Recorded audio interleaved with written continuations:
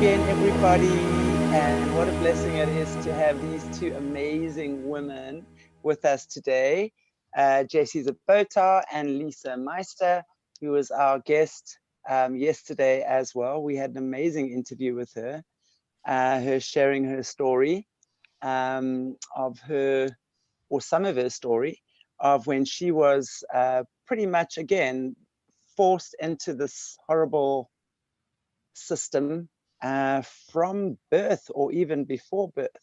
In the womb still you experienced your traumas. So I am very happy to have both Jessie and Lisa here today.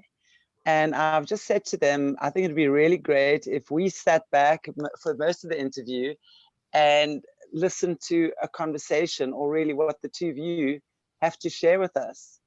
So I'm going to hand over to you, and I'm going to basically ask Jessie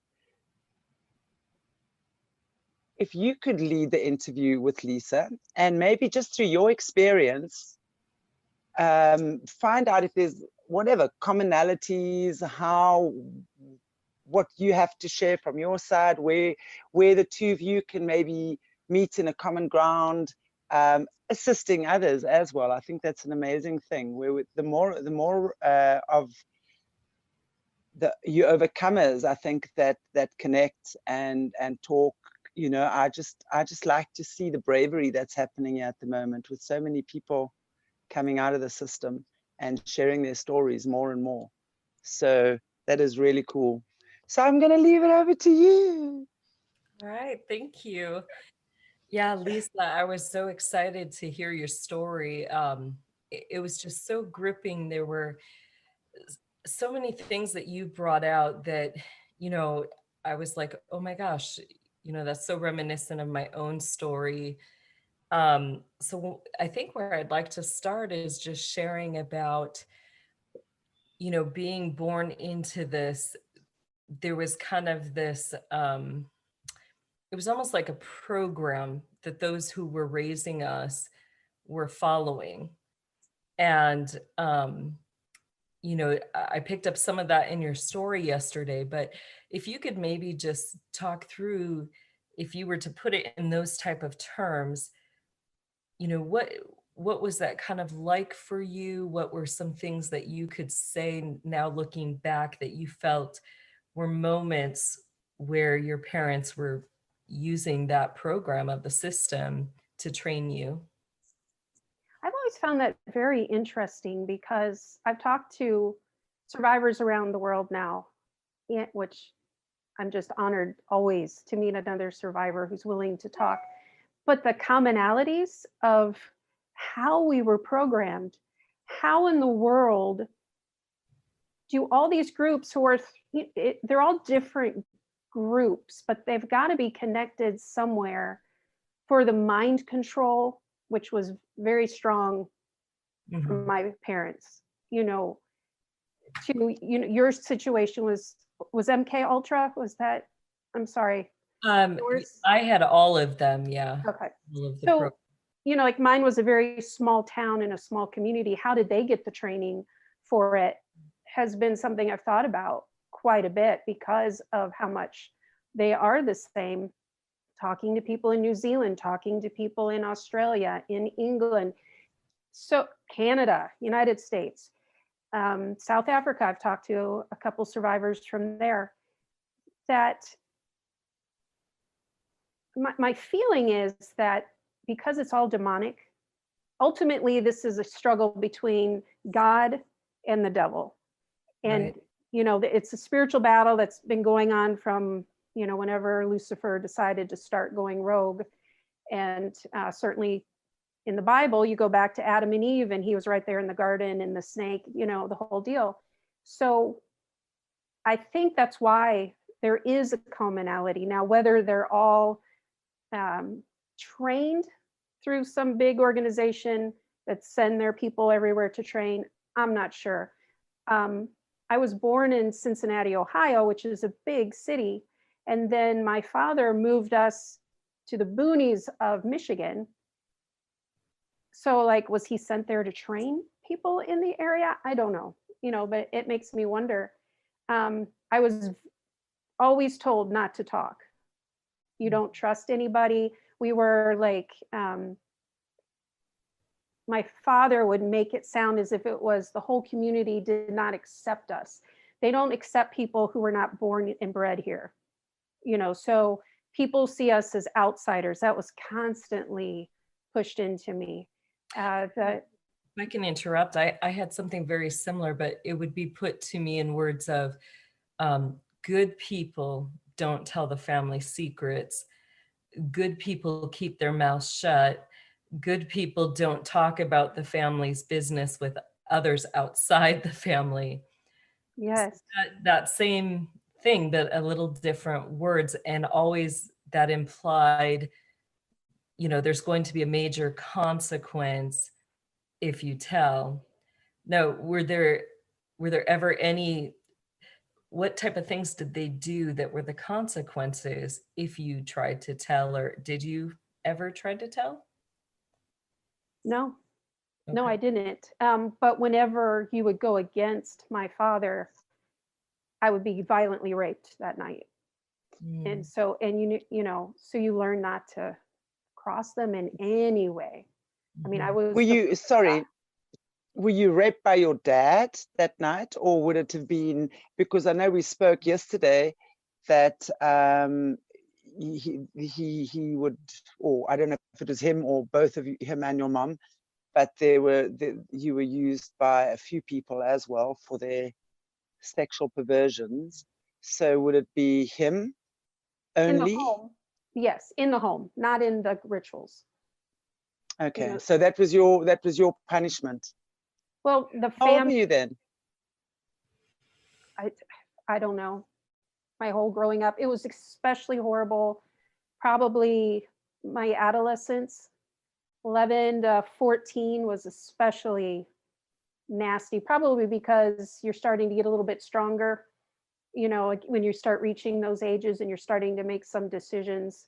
So the control then had to be much more, because you're starting to become a wild card. Yes, and you're actually starting to have a mind of your own and opinions of your own. Right. So was this stuff you also blocked off until, or until you started getting your memories later? I didn't. The fear, though, was of my father was always very strong. I think I told you, I don't remember if I told you yesterday, but 6 months before these memories came out, I told my best friend, I am deathly afraid of my father. I don't know what it is, but whatever it is, it's really bad. So, it's that dichotomy. There's things, but it's not in your conscious memory, the whys. Conscious, yeah. Right. Yeah, I had that too, there were things that I purposely suppressed. I classified them as my buried with Jesus things, and I didn't really access those, on a conscious level regularly. But then there would be glimpses of things that would trigger, and it would just be hard because there would be such a deep emotions attached to that. I've talked about, with some of my abusers that, I saw the good side of them. And, if you were on their good graces, then things were really good. And they were, doing everything to help you out and make you successful in the public eye. But then if you didn't, like, you knew immediately, and you didn't always know when those consequences were coming. It wasn't, for me, it wasn't like, there'll be immediate response if I do something wrong, or it'll happen tonight.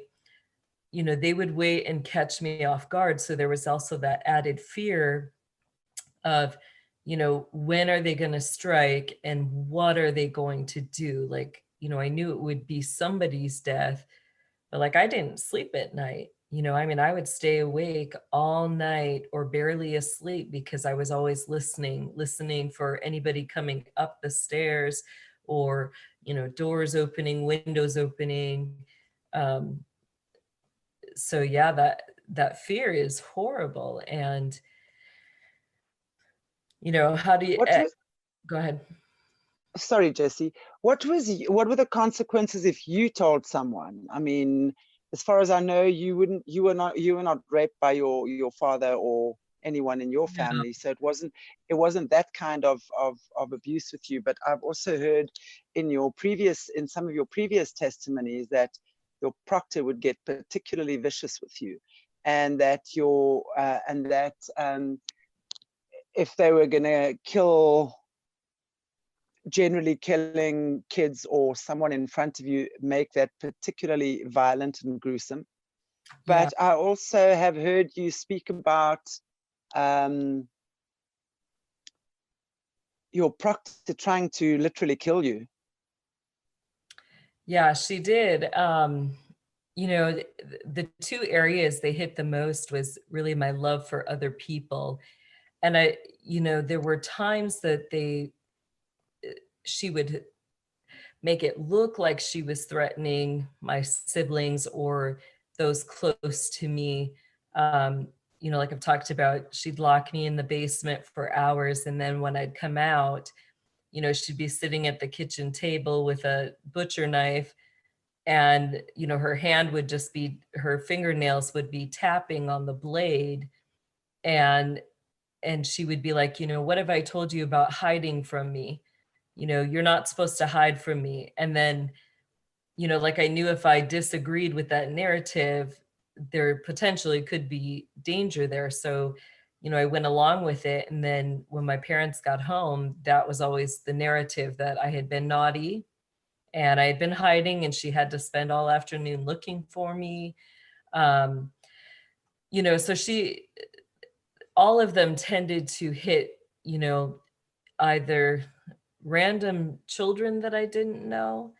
I just hated to see the horrific deaths that they would do and the torture beforehand.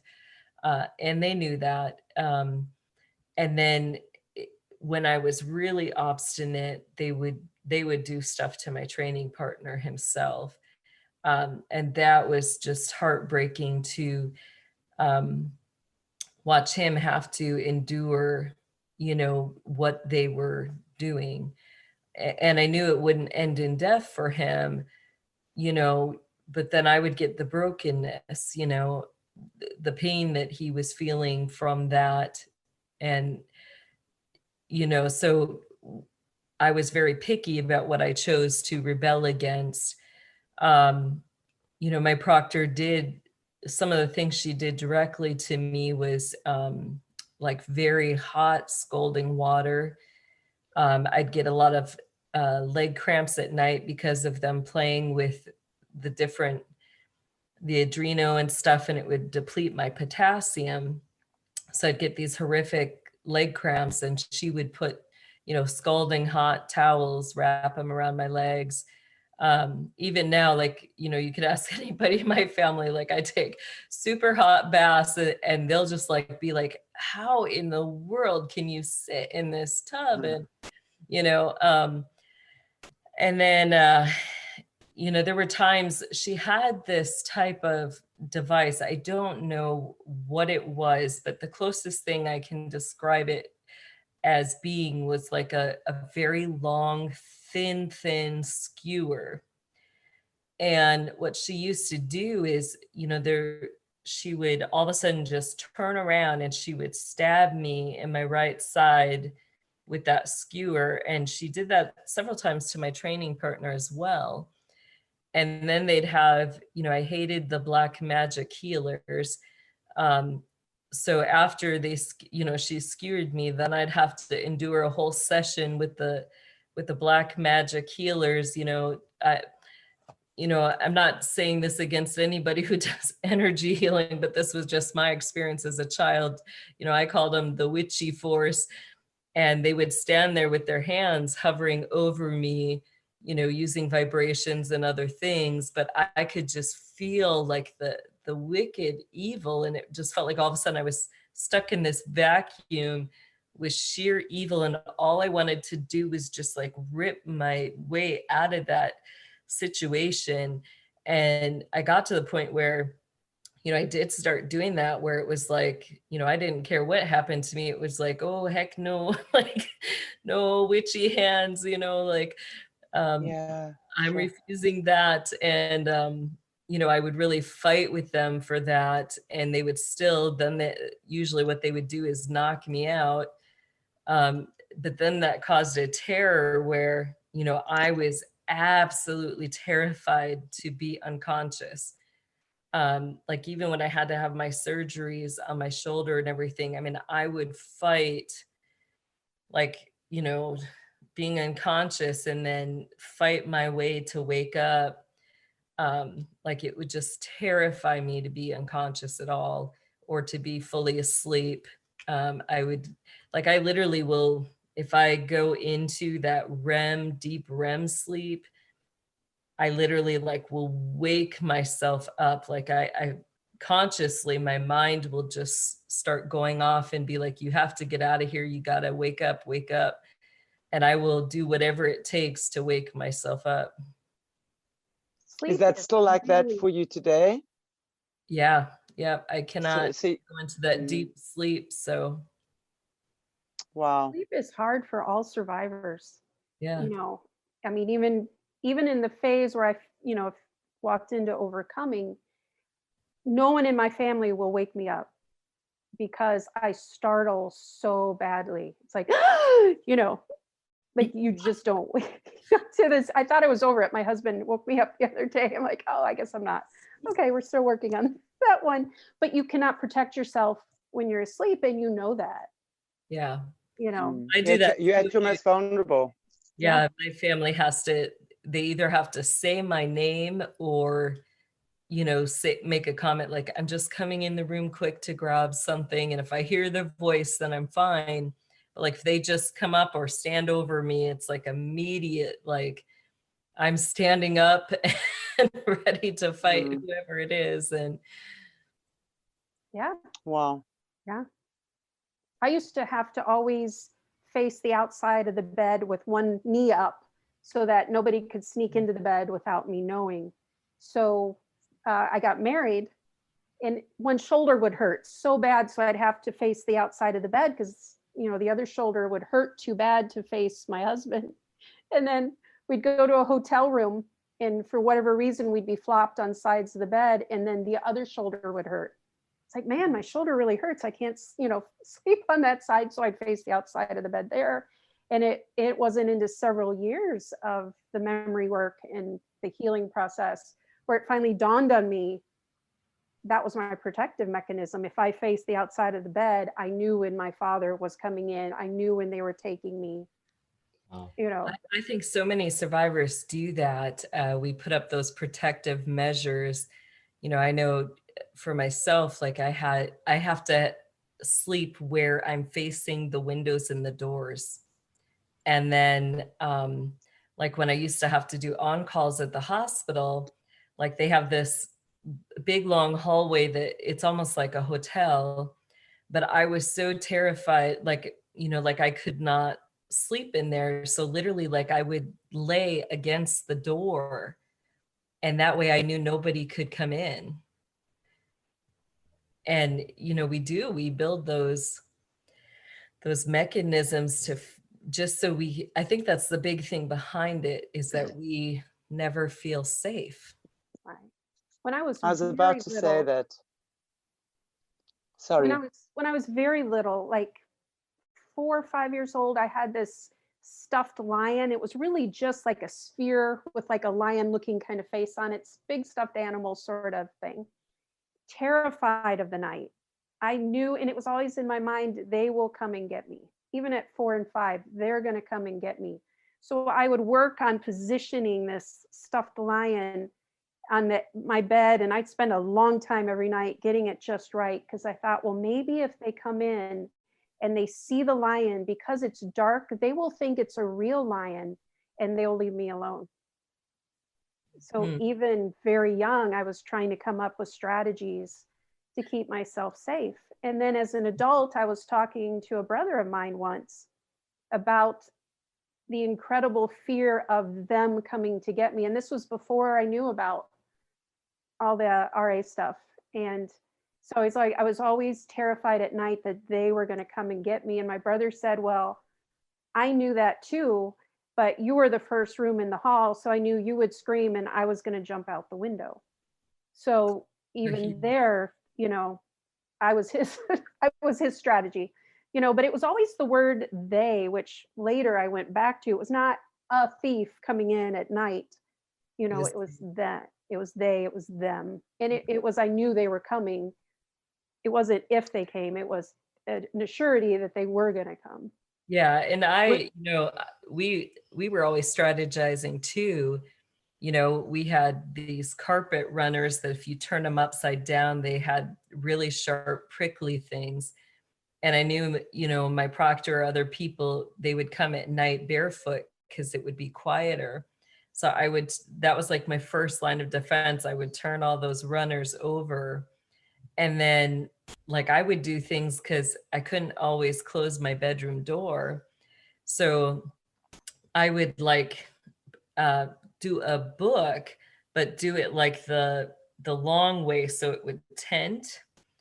And they couldn't like look up and see it because it was tented.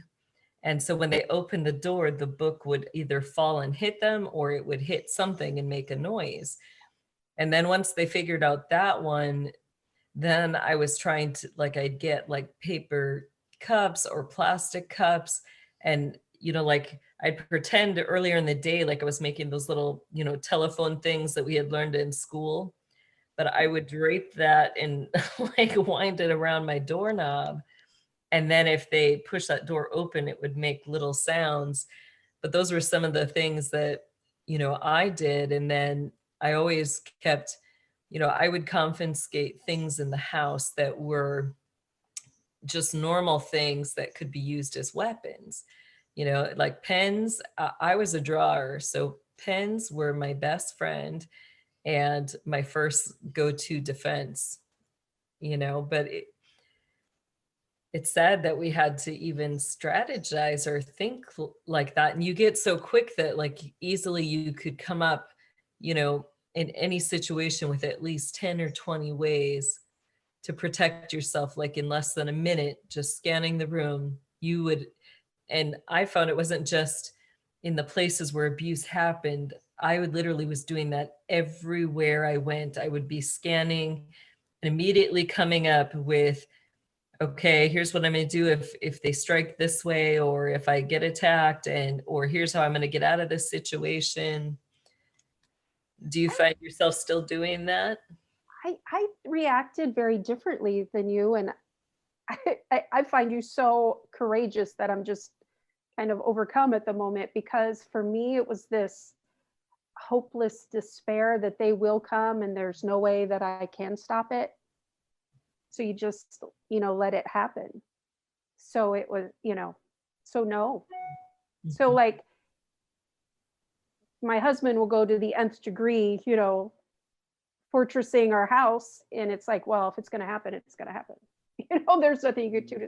So that's horrible. That was my response to it. Lisa, sorry, you mentioned your brother. How many children were you, and were all of you subjected to this? I have two brothers. One's older, one's younger, and I don't tend to talk about their story. Just, I don't think that's fair. So my guess is, yeah, they were both, you know, just some things I can look at and see. But my one brother had a big issue years ago when my brothers got married and they started having children. The thought of my parents accessing my nieces and nephews, who I only got to meet one of them because they had cut me off sort of very fast when I went and confronted my parents about what I knew. And so I had written a letter. A friend of mine helped me to design how we were going to do this. So I wrote a letter to my brother's wives and to the wives' moms, because I was afraid if I just sent a letter to their house, my brothers would confiscate it, the girls wouldn't see it. But if I'd sent it to the moms also, there would at least be a conversation at some level. And it was basically what happened to me. And you cannot leave your kids alone with my parents. Be very watchful. Don't put them in a different room with them. Always have your eyes on them.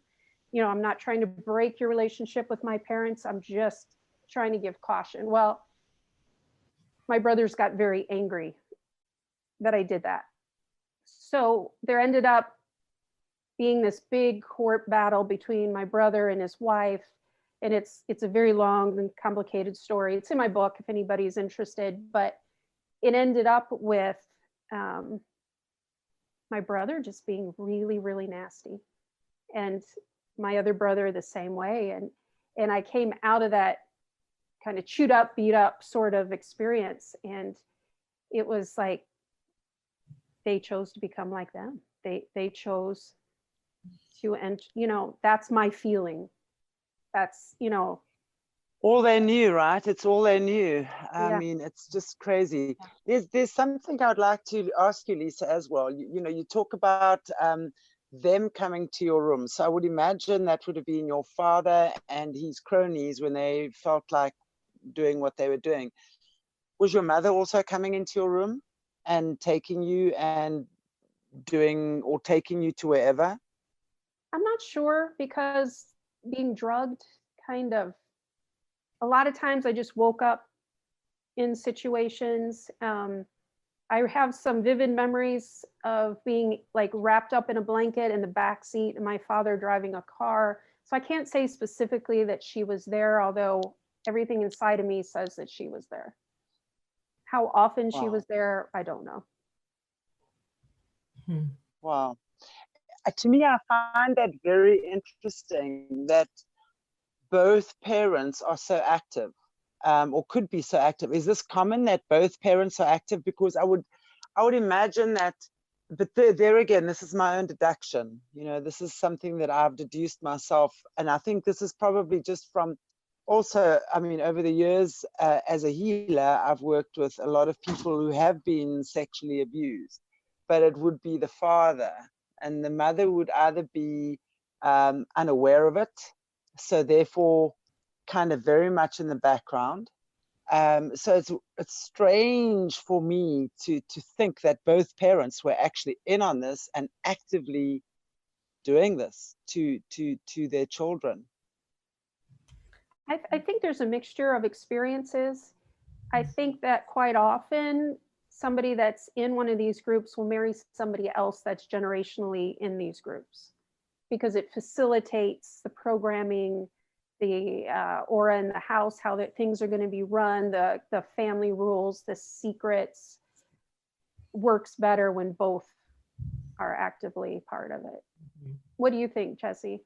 Yeah, my experience was seeing usually both active, not always the mother perpetrating the sexual abuse, but I saw a lot of the mothers who were doing grooming type things. So, you know, very, very little, like, you know, some of the kids who were in my cell group, you know, when they were really young, those mothers would be the ones, you know, part of the program for the sexual abuse was that they would give enemas to the children.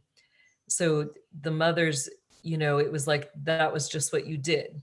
You gave an enema, and they would get the For baby. what? A what? What were you given an enema for? Yeah, I did not experience that, but I witnessed it happen, and I was taught how to do that. They would do it to cleanse the bowels, but also, you know, like that's what they would say they were doing, was that, you know, it was for bowel health, and that a good mother would do these things to their child to help them, you know, with their bowel movements and things like that. But what they were really using it for was to, you know, again, I'm going to get a little graphic here, but to stretch the anus and things like that for the sexual abuse. So the mother, you know, the mothers in those families would do things like that. And then, you know, I knew that some of the boys in my group, they were, you know, I watched those things happen to them when they were younger, and then would see, you know, as they got a year or two older, they would start to get sexually abused. Wow. The mind boggles. I'm sorry. I find this absolutely incredible. And again, you know, coming from mom, because one would tend to think that mom is the softer, more protective parent who would protect the children from that, but clearly not. It's really quite something. I want to find out, Lisa, did you have any adrenochrome experiences? Were they using adrenochrome with you guys as well? I don't know. Okay. Yeah. Gosh. Jessie, you had some adrenochrome experiences, didn't you? Yeah. Are you okay to share some of those with us? Yeah, I can talk a little bit about that. With the higher families, they like our family and several others came from the ancient lines where they knew how to procure. So that meant that they harvested, and then the best way to describe it is they would proof the adrenochrome in different amounts. So, you know, you'd have different percentages. The lower percentages they take on a daily basis, and they become what I call functioning adrenochromics. So they're always on it, and you know, it helps them just function in regular life. They always have lots of energy. They get a lot done. They always are in that state of a heightened spiritual gift set. So, you know, like they were always seeing in the spirit world because of this. So that's how they used it. And so one of the first things, you know, as I was learning to procure it myself, I'd have to be, you know, I mean, I was like age 5, and they'd have their special book club, which I've talked about. So we had, you know, they were really planning their New World Order agenda, which, you know, now has come out that it was called Mockingbird. But when I had asked what Mockingbird was, their cover was that they were part of this book club. And the book they were studying was To Kill a Mockingbird. So that's what I'd be told. And so I had to procure drinks, you know, with the mix of alcohol and the adreno in it.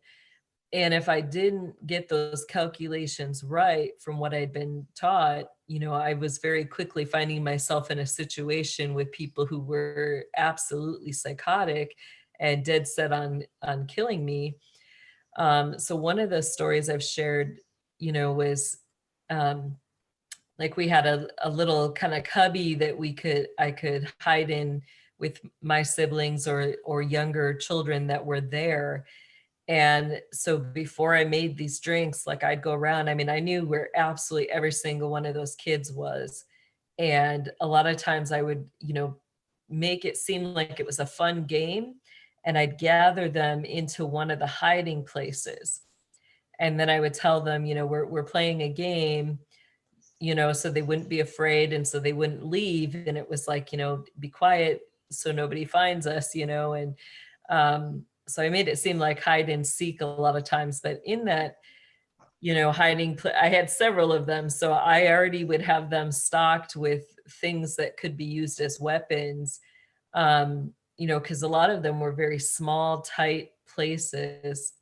So, you know, just to give an idea of how bad it was, you know, I mean, I'd be the front child in front of all those other little kids, and we'd be squeezed into this back tight little space someplace.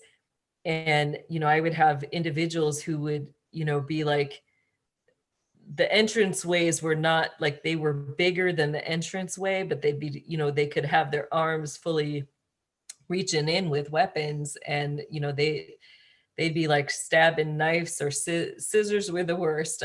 You know, I have a lot of bad stuff about scissors, but, you know, they'd be just like chopping wherever they could with those scissors. And I'd be in front, like protecting, warding off, fighting with them. And that could last for a couple of hours before that adreno started wearing down.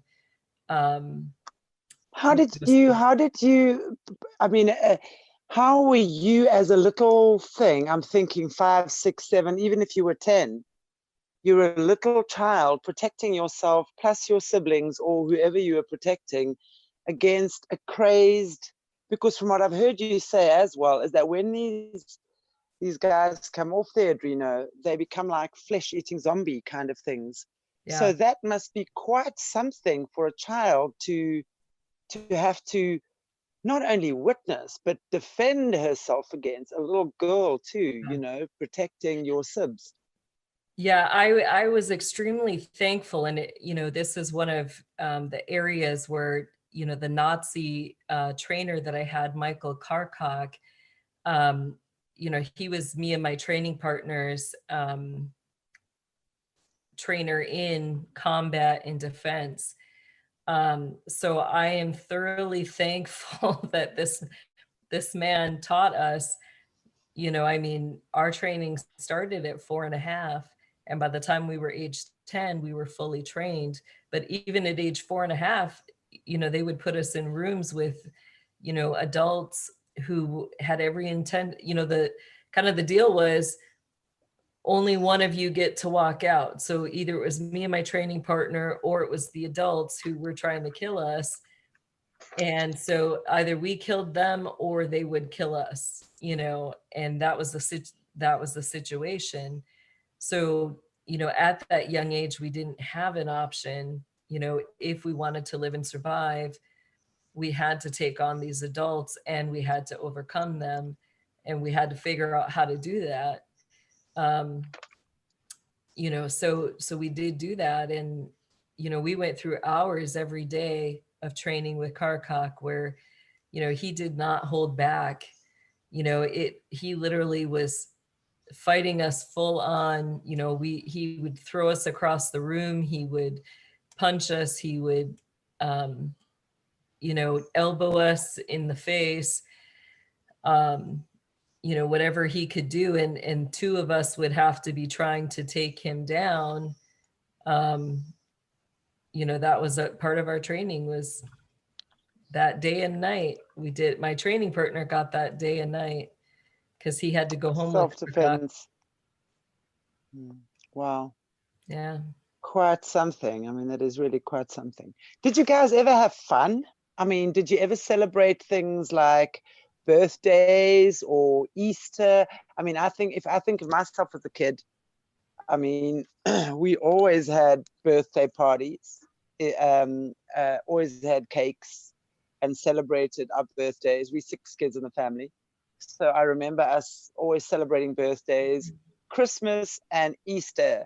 Oh boy, that Easter egg hunt was the best thing ever. We lived on a farm and there was this huge garden.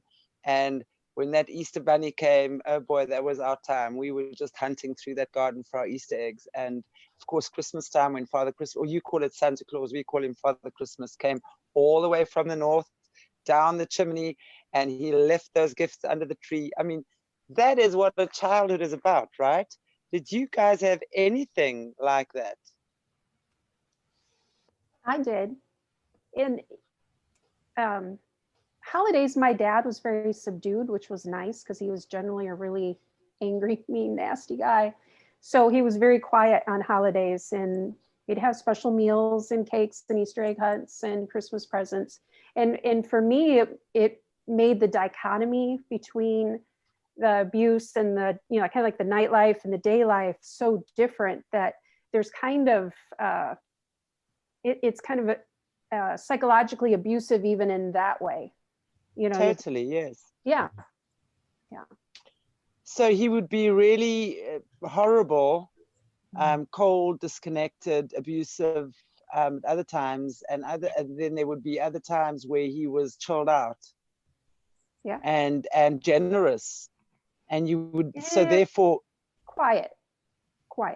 Okay, not really generous, but quiet and not mean. Right. That the cover life, would that be Jessie would also call the cover life? Mm-hmm. Okay, yeah, that's a good term. And you, Jessie, did you guys ever have fun? You and that cute little training partner of yours. I mean, I know that you guys spent a lot of time together. So did you ever celebrate birthdays? Yeah, he was not like allowed. We weren't allowed to do those things together. so he, you know, we weren't seen together playing or outside of training. But my family, you know, they would have huge gatherings with family and friends. And, you know, the overall feeling was, no, it was not fun or good. You know, it was the huge cover life thing. Those were the moments where, you know, my job was to make those people who were the biggest abusers in my life look really good, and to display that we had this great relationship, and you know, how much we really cared about each other and we were a family. So, you know, that was kind of my job, was to make them look really good. You know, they would do things, the abuse would continue even at those times. The mothers, the biggest thing is that they teach that you have to, you know, your cover life, you live very humbly and poor in people's eyes. So one of the ways that they reinforced, you know, that was that, you know, they would forget my birthdays. You know, I had one time that, you know, my proctor showed up. I had a speech competition for high school, and, you know, they came for that, and several family members, and I was able to spend the day with them on my birthday, and was taken out for lunch and stuff. But, you know, outside of that, you know, they would just forget it. And, you know, and then Christmas too, we'd watch as everybody, and, you know, I mean, we're talking at least 50 to 100 people all gathering, and they usually would do like a gift exchange. So like, even I would be required to bring a gift for somebody in the family, but then me and one of my siblings were always forgotten. Like, it was like, oh my, how did this happen? And, you know, they would slip us money, which I'd have to give back later, but it was every birthday, you know. And I'd watch as other kids in the family got lavished, you know, whatever the cool toys or trending things were, you know. Like one of them, when Cabbage Patches were big, like she got like over 3 Cabbage Patches, and, you know, I was sitting there, it's like, I just want one, you know. Aw. And I think it wasn't actually until I was like 18. I was 18 and I finally got one, and I was like, oh, well, this is a little late. Like, I don't even want to play with with one, Yeah. you know. So there was a lot of abuse around that. But at the same time, a lot of, like, that was where, like, I always expected it. And so I always made sure the gifts that, you know, I gave were very meaningful and from my heart. And that was kind of my way of still saying to them, you know, I really do love you no matter who you are. And I'd pray over those gifts and pray that they would know, you know, that they were loved, and that God would, you know, one day bring them out.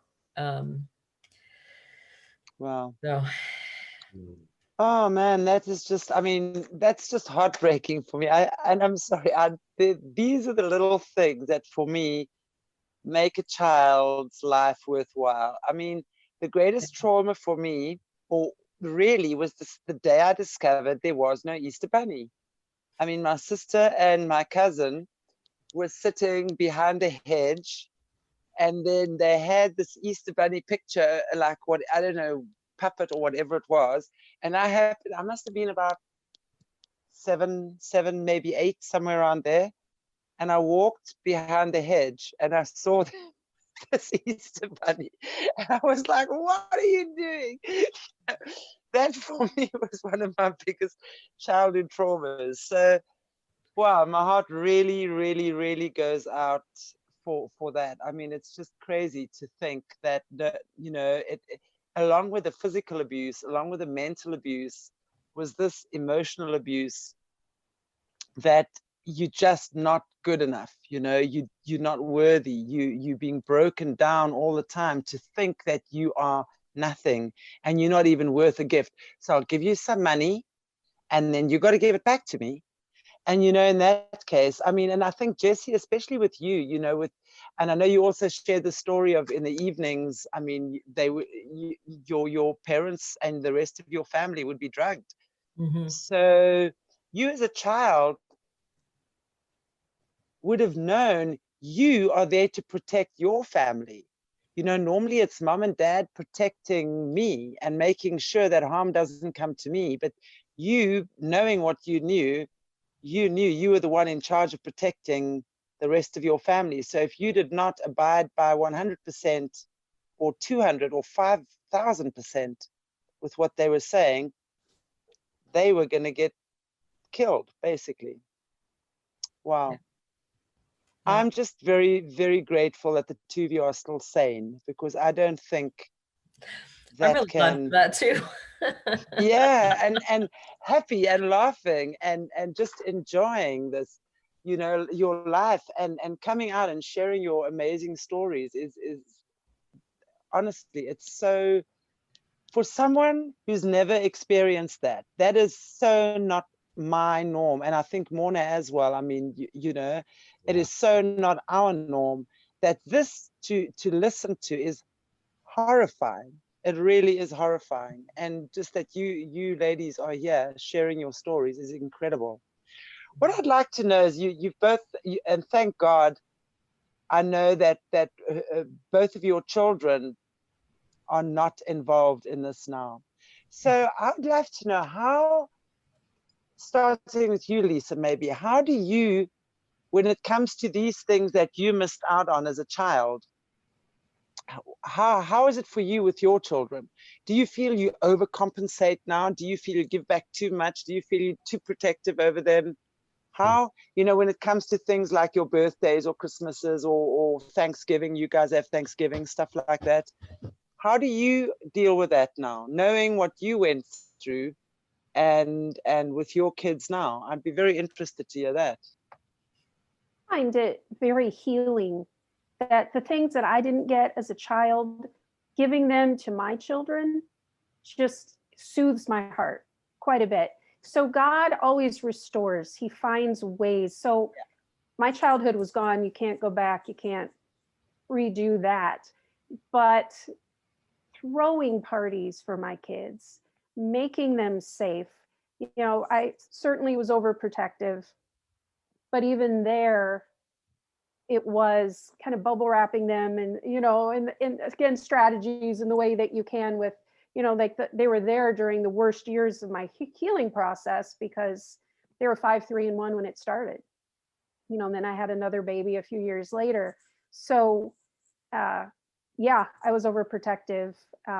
Probably bought a little too many Christmas presents, you know, financially, it probably wasn't real smart, but you know, I don't have regrets for the way that my kids were raised. And, you know, they're living lives. They were able to go out and they don't have to fall apart emotionally and deal with the things that I had to do. So, you know, with God and his abilities to heal me, and I wouldn't be happy and I wouldn't be where I am right now because if it wasn't for God. So there's a scripture in the Bible that says the devil comes to kill, steal, and destroy. And that's with me and Jessie, that's what you hear about when we were kids. But and it goes on to say, but I have come that you would have life and life more abundantly. And that's where I am now. So I had to go through a lot of years of turmoil and just, you know, the abuse that just kept going year after year after year. And, you know, a lot of times it's like, okay, God's not working, so I'm just done. You know, it's like, no, God walks with us. So he walked with me through that whole place to get me to where I can be healed, and then I can be a good mom for my kids. I mean, you know, you probably talk to them how good they think I am, but you know, to be able to do the best that I could with what I was given. Yeah, amazing. Jessie, I'd love to hear about your kids too. I mean, how's it been with them? Yeah, you know, it's probably a lot different. You know, it's been a struggle with my children. The Lord blessed me with 6 and now 7 highly extreme extroverts. So, you know, we were a different household where, you know, I was somebody where I was, you know, I had never grown up with time alone, or, you know, like I had never learned any of those things. I grew up in both families where, you know, the one family was very Scandinavian and you just didn't touch, you know, like spending time together was just being in the same room, you know, and anger was a good emotion. Like, you know, that was probably about the only way you could express things. So, you know, we're a very loud household, and, you know, that's probably the one thing, you know, my kids are very dominant in asserting their voices, which is probably one of the greatest gifts I could wish for them, you know. And beyond that, they're very community orientated. So they're, all of them are very aware of everything that goes on in the community. And like one of my sons, it was really neat because I didn't even, you know, I would give them these opportunities. So one of them was like our church would make quilts for the homeless. So, you know, we went to those groups with the old ladies, and my boys all learned how to crochet and knit and sew, and they would help, you know, make stuff for the homeless. Well, then my one son, you know, we had another church that had a pretty big youth group, and ours had a very small one. So he asked if he could go to that. And I was like, oh, sure, you know, it's a good church. Well, then pretty soon, like a year later, it was like, well, they've got youth group on 2 nights now. And I was like, well, that's odd, but it's a bigger youth group. Who knows? Maybe they split it into 2 groups and he wants to go to both. So I was like, sure, go ahead. Right. Well, then like, it was like a year later, you know, like I'm like helping out at the homeless shelter with all the, you know, these ex-veterans and guys from prison and stuff. And, you know, I'm doing this process class, and all of a sudden one day the guy's looking at me and I was like, is there a problem? And he's like, are you so-and-so's mom? And I was like, yeah, how do you know my son? And he was like, oh, he's like, well, he helps us celebrate recovery. And I was like, what? You know? So anyway, then I had to go check it out, right? Well, I found out this other so-called youth group was actually Celebrate Recovery. And he was like he was helping cook and like ministering to all these, you know, former alcoholics and drug addicts. And like he knew all of those people in our community and like had this great relationship with them. And I was like, well, okay, this is your thing, go ahead. You know, like it was just really interesting. And so then some of my other kids like started doing stuff, like I realized they were doing stuff too, and they wouldn't outright tell me. They just would hop in, you know, like they were just like involved and would get their friends involved. And I was like, wow, okay, you know, that's just really cool. So, you know, my family is all of my kids, very strong, independent, do their own thing. You know, in fact, my first child, I was used to the clingy, screaming children, okay? Like that's what I'd grown up with. And I always was, you know, had as a kid, I always had another kid on my hip that I was carrying around somewhere, right? So, but my oldest daughter, she would have none of that. Like, I mean, I would take her to the nursery and she wouldn't even look back. Like it was like, I'm free, you know, like, and she would be off and socializing. And I'd be, you know, like all these other kids would be at the door screaming for their moms. And I'd be like, honey, bye. Are you gonna notice me? And she was just off and gone. Like the doctor at 3 months old walked her around the whole doctor's office and was like, can you believe this? This baby has no separation anxiety. And she just, it was like, take me out and put me among people, you know? So Wow. I didn't really ever have, I have not had one of those kids that like to cuddle or just sit or spend time, you know, like it's just kind of interesting. We're always on the go and out and about, and yeah. Wow. So they've experienced normality completely in your families, your kids. Yeah. Mhm. How do you protect them from your proctors and Lisa, their grandparents? I mean, did you ever feel you've needed to protect them from that? Well, when they were little, I'd spend some nights sitting in the hall, just watching all their doors, a lot of fear back then. Mhm. But we don't live in the same, the same state. We live far enough away where they're not easily going to get here. Talking to the kids through the years, they don't even know my family. They're 5, 3, and 1, and the other one wasn't even born yet. And my family cut me off in total. We just lost everybody. How dare you say anything? And it was kind of just over, which really was a blessing. So I was gonna say, yeah, a great blessing that was. So just warning them through the years, they will try to, contact you someday, and they'll probably try to throw money at you, or whatever they can do to help you, or and don't take the money and run, kind of a thing. Don't have anything to do with them. Just it will put you and your family in danger. Because my kids are now living on their own. I only have one left here, and just reminding them, you just can't trust them. And they believe what happened to me. They saw me in recovery through the years, and you see somebody going through a flashback, they're not making things up. So Yeah. my kids are smart. They're all spiritually attuned, and have discernment. And so you got to trust God. Ultimately, you warn them, and then you just trust God. Totally. And your kids, Jessie, are they aware what you've been through, Jessie? Yeah, they are. So not the full extent, but they're aware of the basics. And then a couple of my older ones now are more aware of stuff, but the same things, we location wise, we're not located near any of those families. And I was very guarded, with heavy church connections, where I knew that everybody in our church were safe people. So, our lives, our communities revolved around a lot of Christians who I knew were safe people. And those were the people who became family to us.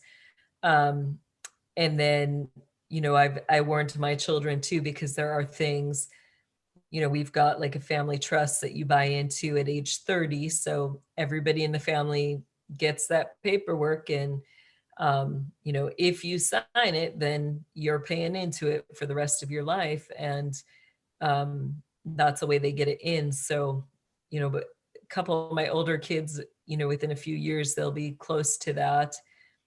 So I'm just like, I didn't save it when I was younger. I wish I had, but I was like, please, when you get it, please send the paperwork to me, because I need that.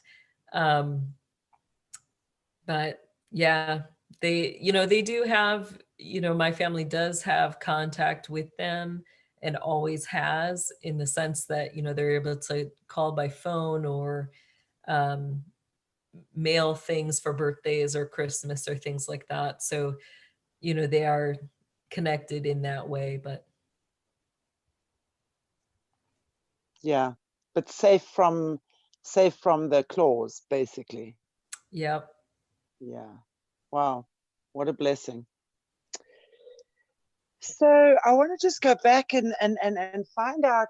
I know that Jessie, you got out of the system when you were 10. Your family moved away, thank God. So they weren't able to have access to you anymore. How normal was your life after that? I mean, after you've experienced these things consciously, because you were never, your memories were never blocked out, from what I understand. Not like you, Lisa, where you were completely blocked out. So how do you go from that? And I know you also said when you were a child, your parents would think you were at school meanwhile, and the teachers would give you your report card saying, yeah, she's at school and she's doing a good student, she's being a good student, whatever.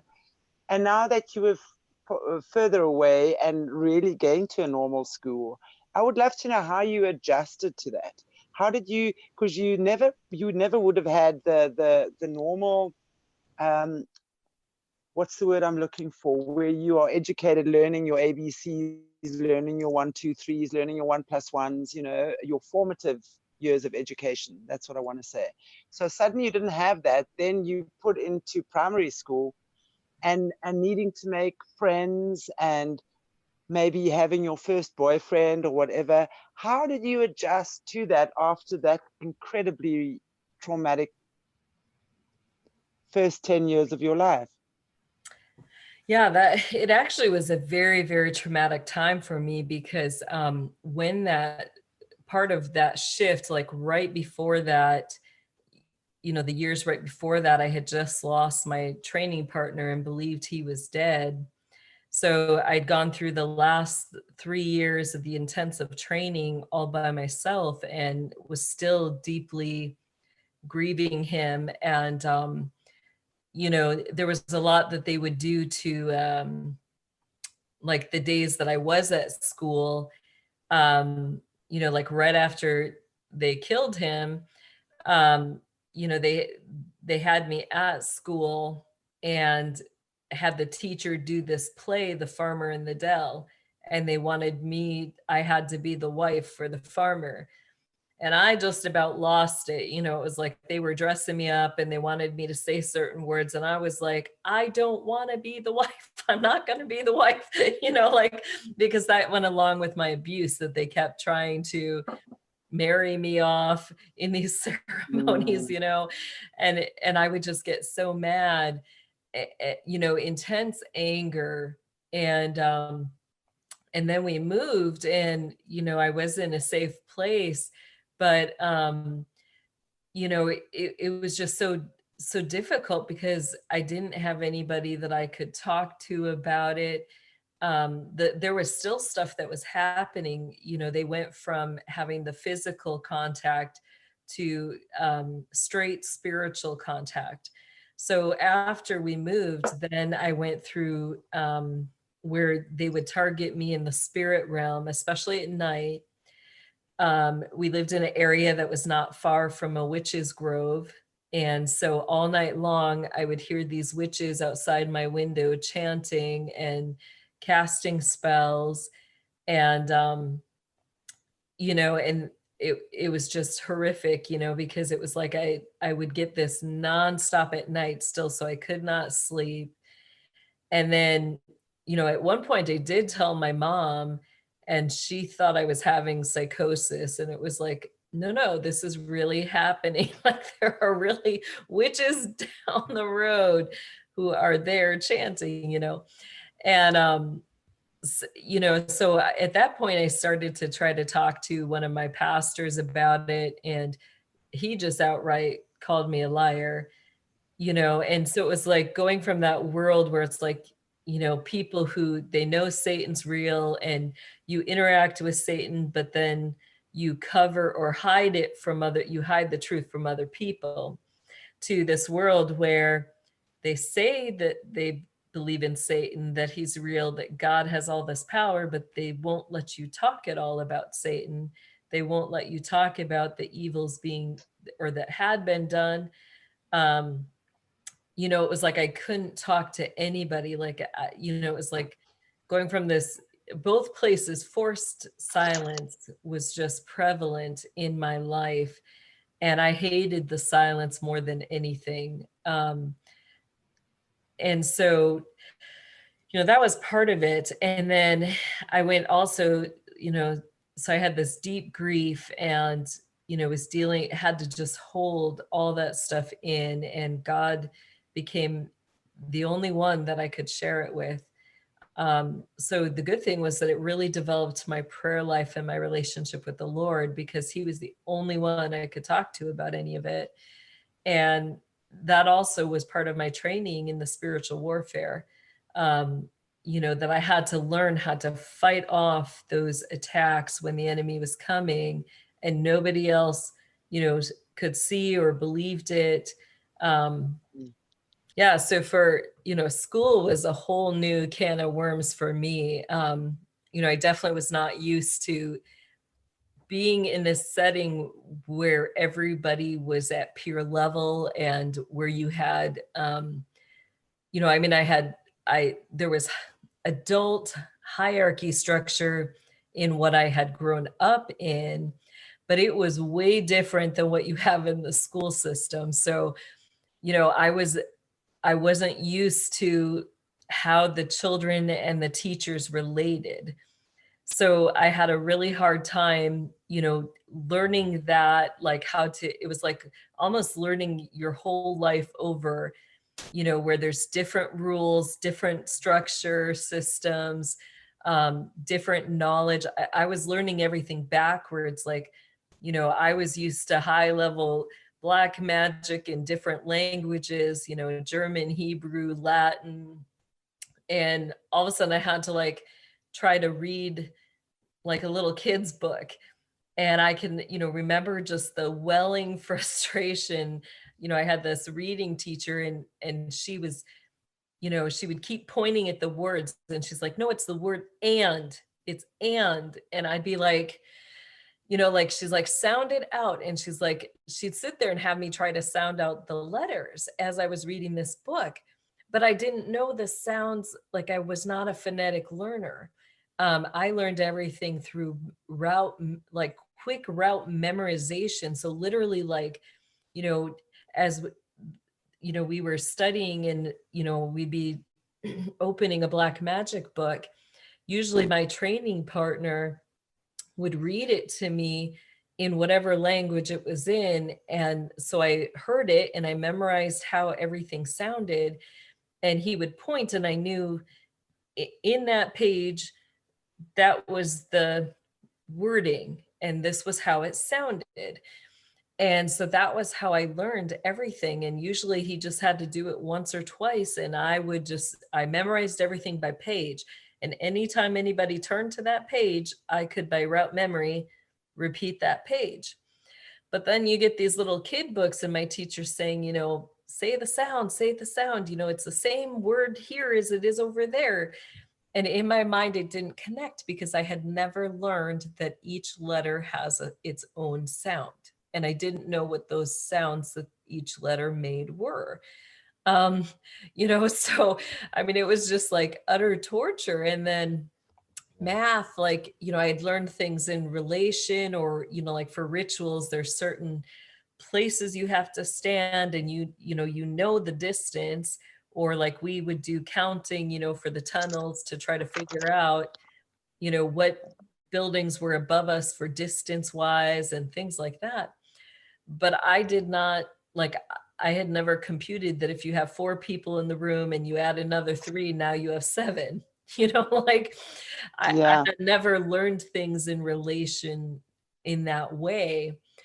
And so, you know, like even my first day of 7th grade, my teacher got up and he wrote all these things on the board. And I was like, ooh, okay, you know, I'm kind of excited because I like learning and I really like problem solving. And so I was like, yes, you know, I'm going to get to learn this new stuff. And then he's like, okay, everybody do your homework. And I'm sitting here like, did I miss a day of school? Nope, this is the first day. Okay, I don't know this. And so I went up to him and I was like, I don't know this. And he's like, yes, you do. You learned this back in 3rd grade. And I'm sitting here like, no, I didn't. I don't know what this is. And he's like, it's a multiplication and division. You know how to do this. And I was like, nope, no, I don't, you know? And so it was like, you know, I mean, it was really hard. And then, you know, relationally, like, you know, I mean, I was used to a system where, you know, in a way I was really elevated. You know, it was like, you know, I only had one person that I ever told what to do, or I worked really hand in hand with, and that was my training partner. You know, the other kids were just always randomly there, or I was trying to protect them, but I never really like related to them. So then in the school systems, you've got these girl cliques. And I had no idea what to do with a girl clique. I mean, you know, I had these girls who were, you know, trying to fight for top dog spot. And I was just like, I don't know what to do with this. Like, I could just tell them all I'm the queen. I don't know, it's like, what do I do? But I Yeah. didn't do that. Like, I would just try to connect with them. But I had a really, really hard time. Like, to this day, I still only have a very, small group of girl or women friends. And, the majority of my friends are guys, and that's, who I connect the best with. Um, but it was horrible.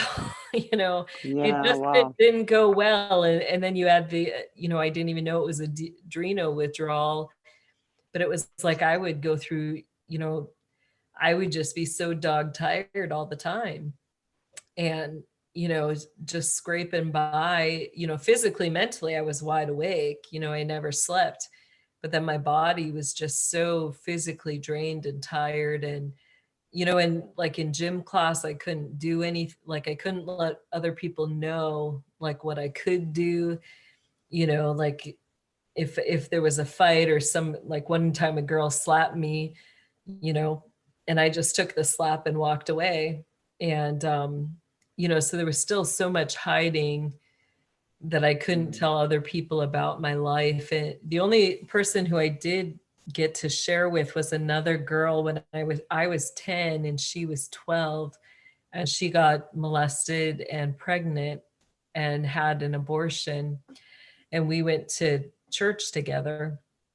And so when she shared that, I was able to share about my family killing babies, and that, I understood her pain. And so, we kind of both brought each other healing in that, at least that we knew that there was a lot of hurt and pain connected with the things we had been through. And she obviously believed you, which was the first time probably someone believed you, right? Yeah. She didn't know what to do with my story. So it wasn't necessarily the fact, it wasn't like she believed me 100%, but she knew, I think she connected with the pain and knew that I understood the pain that she was dealing with. Wow. What about you, Lisa? How did you find, although you didn't have conscious knowledge of what was going on with you behind the scenes, but how did you cope at school, living, I mean, I know you said you were super smart, you kind of like applied yourself, which I can well imagine, because I think in that environment where you have these two distant parents, you're constantly trying to seek approval from them. And by thinking, I think achieving A's and A pluses all the way through, that's going to get their approval. So how did you find schools and being and friendships and stuff like that? Friendship was always tricky for me.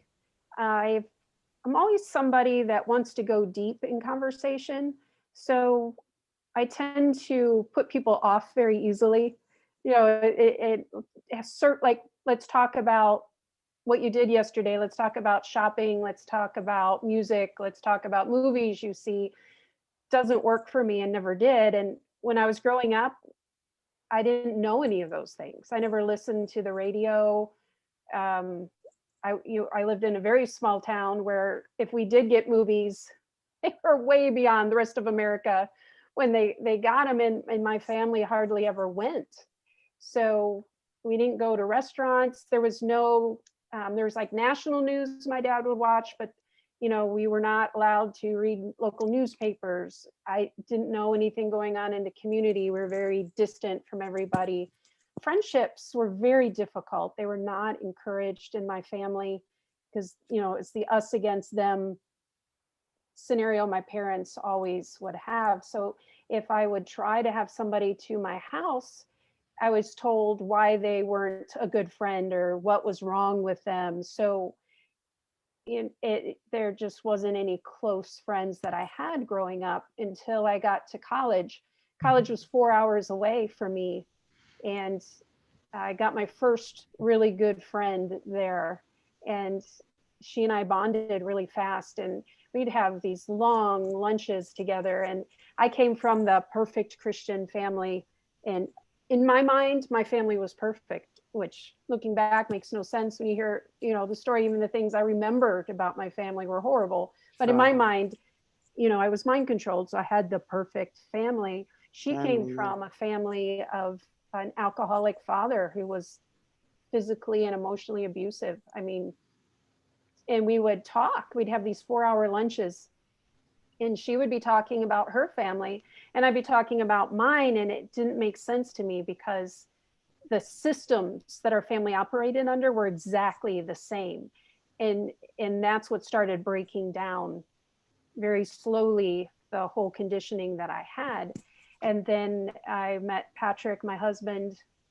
I was in a Christian group in college, and he was part of the group. My friend was part of this group. So it was a couple years of getting to know Patrick. And I'm surprised he stuck with me, because I was starting to verbalize some problems with my dad. And if Patrick would say it back to me at another point, I'd say, oh no, that's not the way it is. It's like, why he stuck with me. It blows my mind, but he did. And then we got married within a month of graduating. So I was 22, and then it was 7 years of the back and forth, facing my family, being able to say, I'm deathly afraid of my father, and going through that in my 20s. So even to this day, friendships are tricky for me, because I still have this need. What's going on in your life? What's God saying to you? How, I want to know what's going on, what makes people tick. And it, even still to this day, kind of throws some people off. If someone's talking to me and it's just a surfacey conversation, I have to really struggle to stay in it, I think, because of the depths of what I've been through. Sure. To me, Sure. that's like, this just doesn't, why are we wasting our time talking about this? What did you make for dinner last night? Why do we, let's just, so I still have those tendencies, and, I still struggle with them.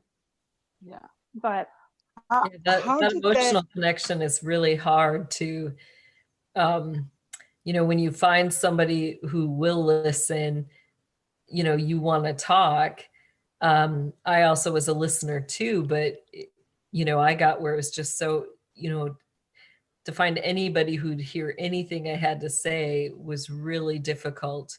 And, I think that's part of what brought me into the chaplain career, was then, I ended up being still the listener, the one always that everybody was talking to. But I had a hard time, connecting outwards. Yeah. Lisa, I'm just interested, and just one more question for you here I have regarding this. When you met your husband and you brought him home to introduce him to mom and dad, and of course at this stage you're still not aware that you've been mind controlled, how did they accept him into the family? How did they accept that he was part of that he was going to be your future husband, especially if they were telling your friendships or your girlfriends, that's not a good friend, you're not allowed to have her because she's this and she's that and she's going, how did they accept your husband? And did they support you marrying him? Did you have a nice wedding ceremony? Did you have them pay for your wedding? Were they loving in-laws? How did that work for you? Very, very tricky. So I went to college 4 hours away from my parents, so I did not tell them that he existed. Just completely hid it from them. And then by weird circumstances, or maybe I was being watched, I don't know, somebody from my hometown apparently was in the town where I was, saw me and Patrick together and told my parents about it. So everything in me was protect him, don't let him know because they will break it up. I knew that. I didn't know why I knew that. I didn't know anything connected with that knowledge, but I knew that was my strategy for getting through an experience with a man. So I took him home, I think one time before we got engaged, and it was very awkward. You could tell I was doing something that was not allowed. It's very, he was not made welcome at all. And it wasn't a very long visit. It was very quick in and out. So then the next time we went, it was for him to ask permission to marry me. And they were not expecting it. which was it was a wise way to work through that. So we went up and kind of sat in the chair where my mom was, and I said, you know, what about us going to the back room and letting Patrick and Dad talk? And she grabbed my arm really tight and she said, don't do this to me. Like, this isn't going to go very well at all. So we went to the back room, and half an hour, nobody came to get us.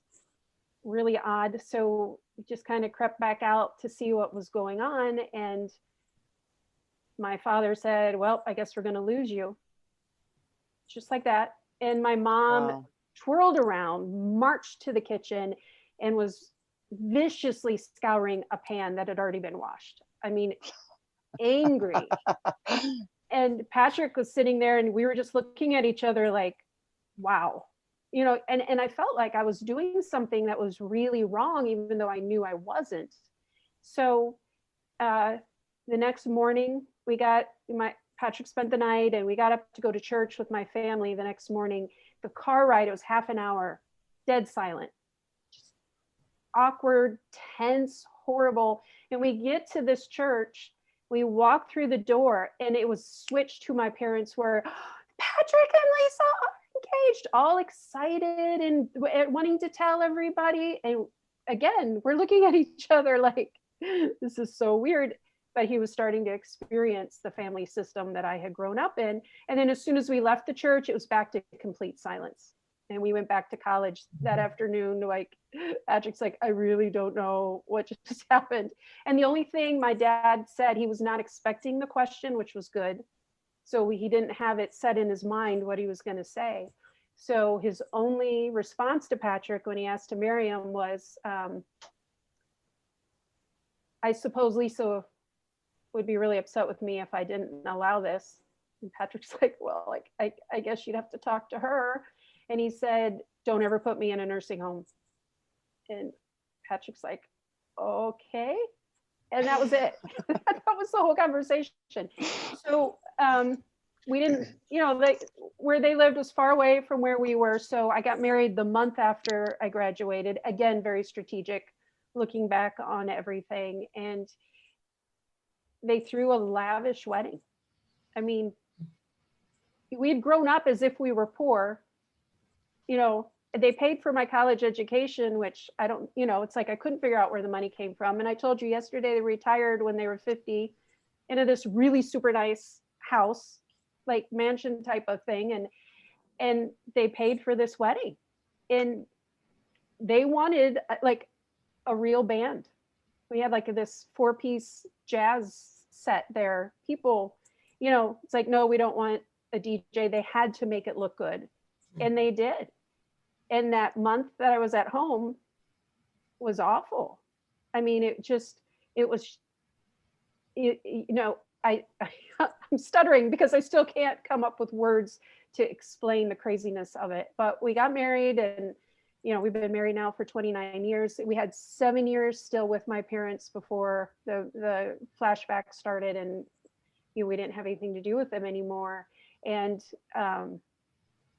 Patrick was an outsider. So my parents had their 25th anniversary party, and there was a slideshow put up with all the pictures of my parents and my brothers through the years. And then towards the end, Patrick's picture comes up, and then the wedding pictures and stuff like that. My dad yells out, "Intruder," in front of everybody at this party. And that's really how it was seen. Or my mom would tell me something, and she said, don't tell Patrick, this is a family thing. It's like, hello, he's my family. You know? So he was always treated very, very strangely. You know, he was quite relieved to have the family out of our life and not have to deal with that anymore. I'm sure. Can you imagine the poor guy? And especially if he was not in the system himself, I'm assuming. So he was coming from a normal background where this kind of behavior was pretty odd. Yeah. Yeah. Wow. And again, why he stuck with me, seeing that craziness, you know. He was God's gift to you. He was I was gonna say Yeah. it's because you were worth it. Oh, Absolutely. That was the truth. Yeah. Absolutely. thank you. And He's- Jessie, how did you meet your hubby? Was it where did how did you connect with him, and how was that for you? Yeah, a lot of the same issues Lisa brought up. Family was very, treated him like an outsider, were against the marriage, never really pursued connecting with him a lot. So a lot of those exact same things she said, that's how that was. And yeah, so. So also, the whole disconnection and the cover. I mean, as you say, like the cover life. Okay, well, I really can't stand you, but the minute someone's there, oh, we married and got a wedding and getting another member, welcoming another family member into the clan, and oh my goodness, yeah, Yeah. wow, Yep. how interesting. Gosh, ladies, what an interesting conversation. And I mean, I just love hearing these stories. And again, just how the two of you have completely risen above that and transcended that,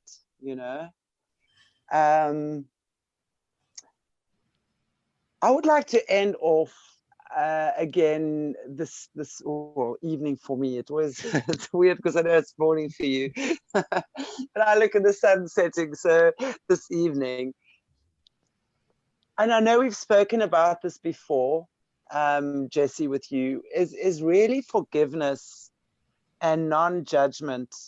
Let's call it non-judgment. From where you're at right now, after having experienced so much of so many traumas, and especially, Lisa, you coming out of it and really only discovering later on in life what you went through. I mean, I can imagine what a shock that must have been to your psyche. So as these amazing Christian women, where forgiveness is the order of the day, no, it's not the order of the day, it's something that comes from the heart. And it's really what God and Jesus encourage, is forgiveness and non-judgment. But I think it must be such a hard thing when you've been through what you've been through. So how do you not judge your families? Because that is such a betrayal. How do you find that judgment of the betrayal alchemizing itself into forgiveness? Well, for me, it's kind of like an onion. There's just a lot of layers to that I'm, that you work through the years. That knowing that Jesus saved me from sin that would have sent me to hell shows me that nobody could do something to me that's worse than that. So because Jesus can forgive me, he can forgive everybody who asks and who come to him in repentance to do that. The Bible says, don't judge. God is the judge. And so I just, have left it to him. Ultimately, I had thought through this really seriously. If I wanted justice for my family, what would it look like? What to me would feel like it was going along with the level of abuse and the things that they did to me? And it's like, okay, go to jail for the rest of their life. That wouldn't begin to touch, I wouldn't feel like that was saying enough about what they did. If, did I want a death penalty? Absolutely not. That to me, that's just doing what they did, because they would kill people, kill babies, kill animals. That's not who I am.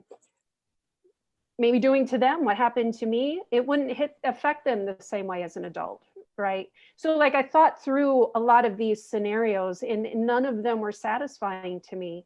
And so that helped to release me from feeling the need to have things happen. Like ultimately they will stand before God, and everything inside of me wants them to be right before God when they do that. And I believe that that's what true forgiveness would look like for a survivor of ritual abuse. So I pray for them to get right before God and to step into what God has for them. But for me, because of that complexity that they wanted me to take her life, I kind of had to live to make the opposite happen, where I had to make life or good interactions. I always strove to make things as normal as they could be between us, and pursued that, relationship. I never have given up on that. So, that was a huge difference. And then, there were other individuals as well. So, it's gotten more and more complicated through the years, because some of these people, there really was never any repentance in their heart. There was never any sorrow for what they were doing. I never saw them struggle. I just saw them enjoy what they were doing. So, with those individuals, it's really hard not to come full force. I do want that justice, and, but I agree, like, it's not, I wouldn't wish death on my worst enemy either, because, I spent every day for so many years with Satan. So, I wouldn't wish anybody having to spend regular time with him, especially all eternity. To me, that's just like the worst thing ever. It's like you got Satan and I call him the big bad boys, all his generals. And it's like, who wants to sit there and watch Moloch throwing temper tantrums all day, for eternity, right? So I just, it becomes, mercy is very strong in my heart, and that compassion always, I've always cried out to the Lord for that. It's never been hard for me to give it, but then, trust is still probably one of the hardest things. And, can I be compassionate, merciful, loving, and have great relationships with people? I can. But at the core, do I really ever trust anyone? I don't. It's really hard to enter into that place of complete trust. And, one of the things I had to do with that, as I was turning in my story, was, to make that decision to say, okay, I'm going to give my heart. Like, I don't know what they're going to do with my information. Do I trust that this is, that it's going to be a complete good thing of one person handing it off to where it needs to go, and trusting that that person isn't going to do something nefarious with it or send the system back after me, for giving that out. That was the hardest thing, was that I had to decide to give that trust and give my heart, knowing that the chances of the system coming back on me because of that was really high. And, it was an ultimate cost on my end, because, the threat has always been that they would, kill my family in front of my face. And I had to, make that decision, if this information I'm giving saves one other person's life, is it worth it, knowing that I may lose every single person I love dearly? And I had to weigh that cost. And, I had people who'd come up to me and be like, you have children, you need to not do this. This is not God's will. God wants you to be a mother first, or you're sinning against God, because your family should be your first and only priority. And, and it was like, well, I wish that was the case, but this is not what God has told me, and the Lord has told me that I'm supposed to share my testimony, and he's got a reason for it.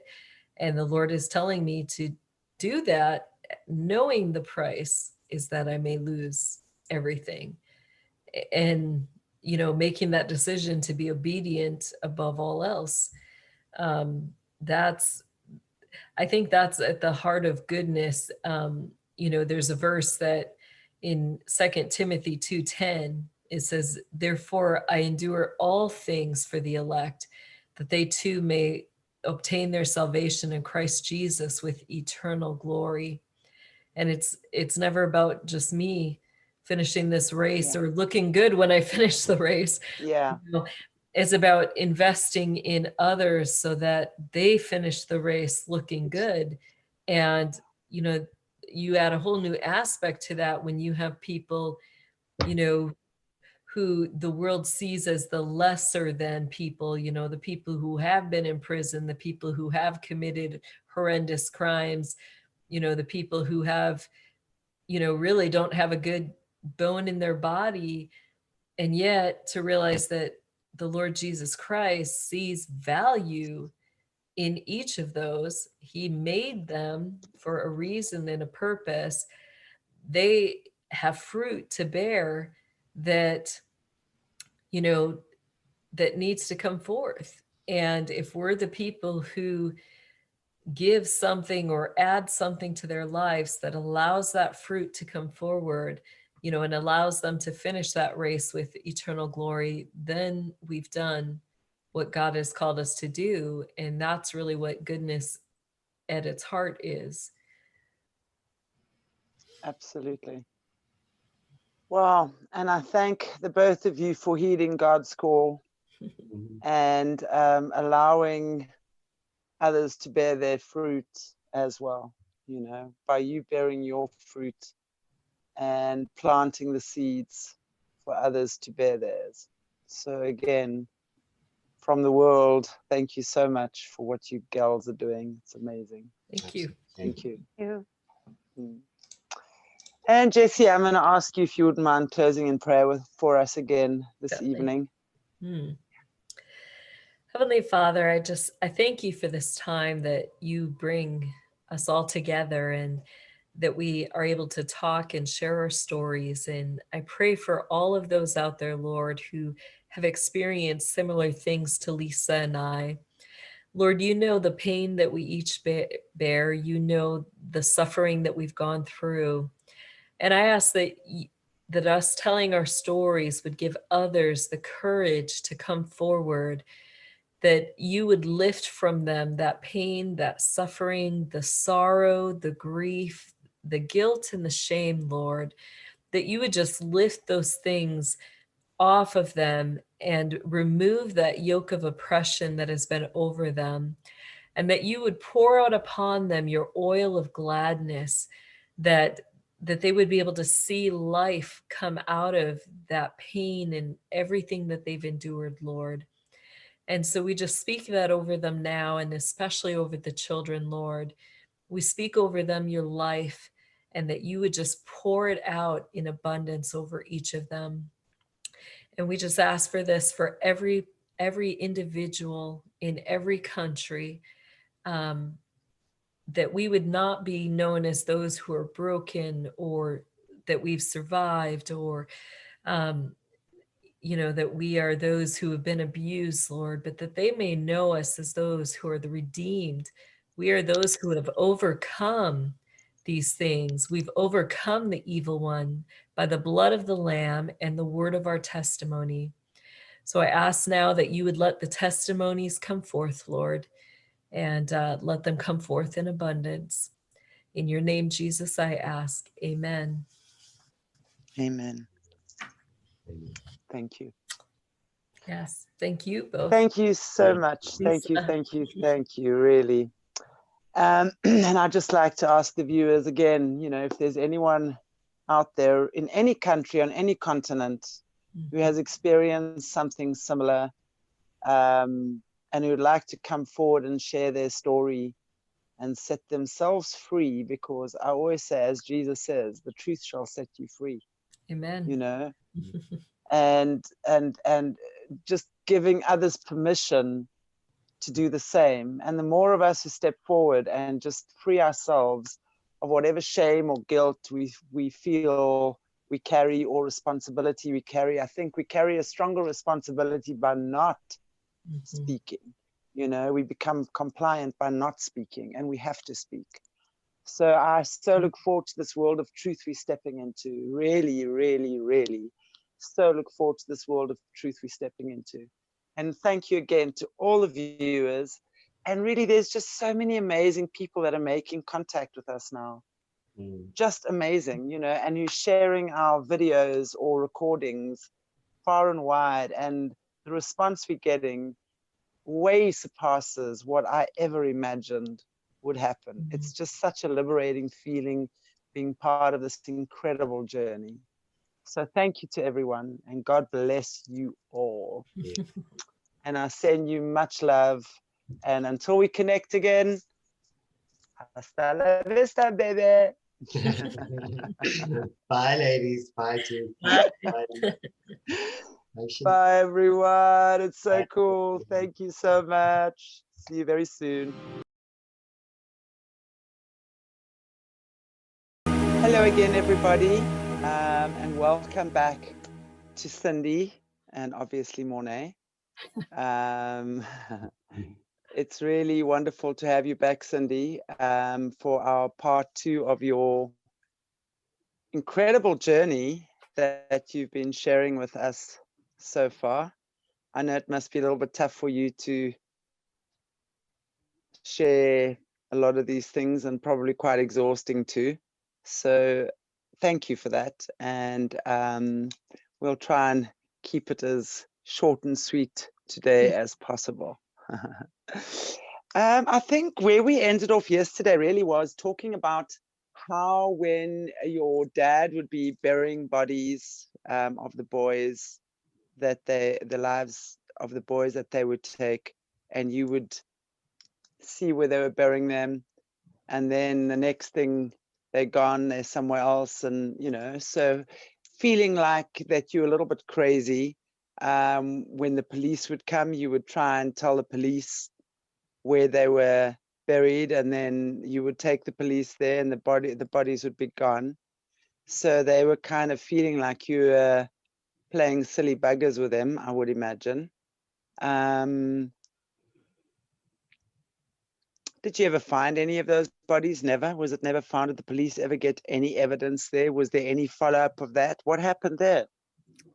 No, they never found anything.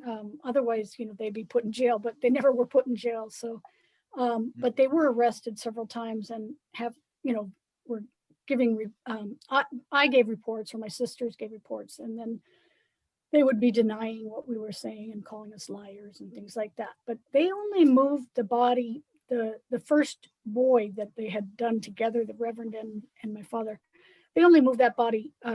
The rest of the bodies, they didn't do that. And there was girls and boys, but this one just was the first one that they did together. And I'm sure the Reverend did more before that. So, but I felt that the lot next to the church would be filled with bodies, but somehow they put them in, and then they take them out, and then I don't know if they put them in an incinerator. I don't know what they do, but you know, we couldn't find anything. And they were going over there all the time. The police were going over there by the church lot all the time, looking for something, any kind of evidence, or, you know, dirt loose or something like that, but they just couldn't do it. And even one time, I called them and I said, they're going over there now. They have my little sister. And so they went in the church, and they had a little boy, and he said it was his foster child. The Reverend said it was his foster child. And the police believed him, and they just left. And so later I asked them to go to the Reverend's house and see if they can see that same foster child. And they did. And they said the foster child was asleep. He was like 4, and he was asleep. So they even went up into the room, and they had like pillows in the bed, and showed that the policeman that he was asleep. And I was just so frustrated. I was like, I thought for sure, you know, they would find something, but they didn't get it. And I just kept feeling like, you know, the policemen weren't stupid, but I just felt like, you know, some kind of force that the Reverend had, or my father, they just were hitting against it, and just scrambling and not being able to get anything resolved.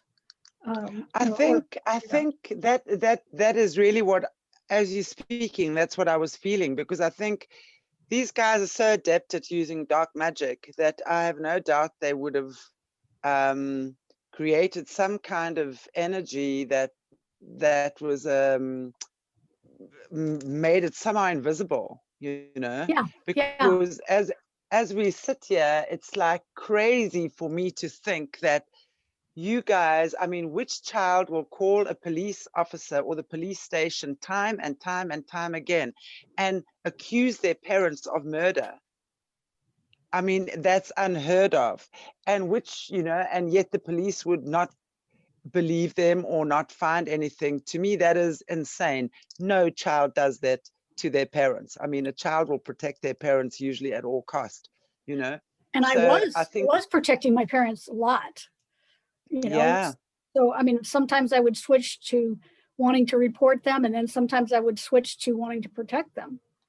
Wow. So, you know. So, and also what I think is quite strange, definitely is that, you know, that feeling where you were kind of going crazy, you know, where all of this is going on, and then one minute you saying, what are you doing, and the next minute you've lost your memory, and then it comes back to you again. Were you aware that any mind control was going on? I mean, did you feel like you were mind controlled at all? Well, when I was a kid, I didn't, but you know, when I'm looking back on it, it sounded a lot like, I think it was Jessie that was talking about mind control, and it sounded a lot like that. And like, you know, they would do so much to get me not to tell, and then they would get, like, you know, like they would most of the thing what they did with my father and the Reverend would tie me up at the church. And if they didn't have whatever ritual that they were going to do with a kid, they would be like tormenting me with a pin on my arm, like, you know, back and forth, a pin on this side, a pin on this side, and poking me with a pin and saying that I couldn't, you know, I wasn't going to be able to tell. If you tell, this will happen. If you tell, that will happen. And threatening and poking. And so, you know, just different things like that. I think the other thing I saw was a movie the other day about, now I can't remember which movie it was, but the kid, oh, it was the Unabomber. Or something. He was mind controlled. And so that was educational, because I was noticing a lot of the same things happened to me that was happening to him. And so, Wow. I mean, they would just do anything that they could to get me not to tell. And then somehow I still was telling. And then I'd get it more each time because I was telling. Wow. So, you know what I also found interesting? It's what you were saying, and just to go back to what you were saying earlier on about you would come there and then there would be nobody, you know they buried a child there or some kids there and there would be no bodies.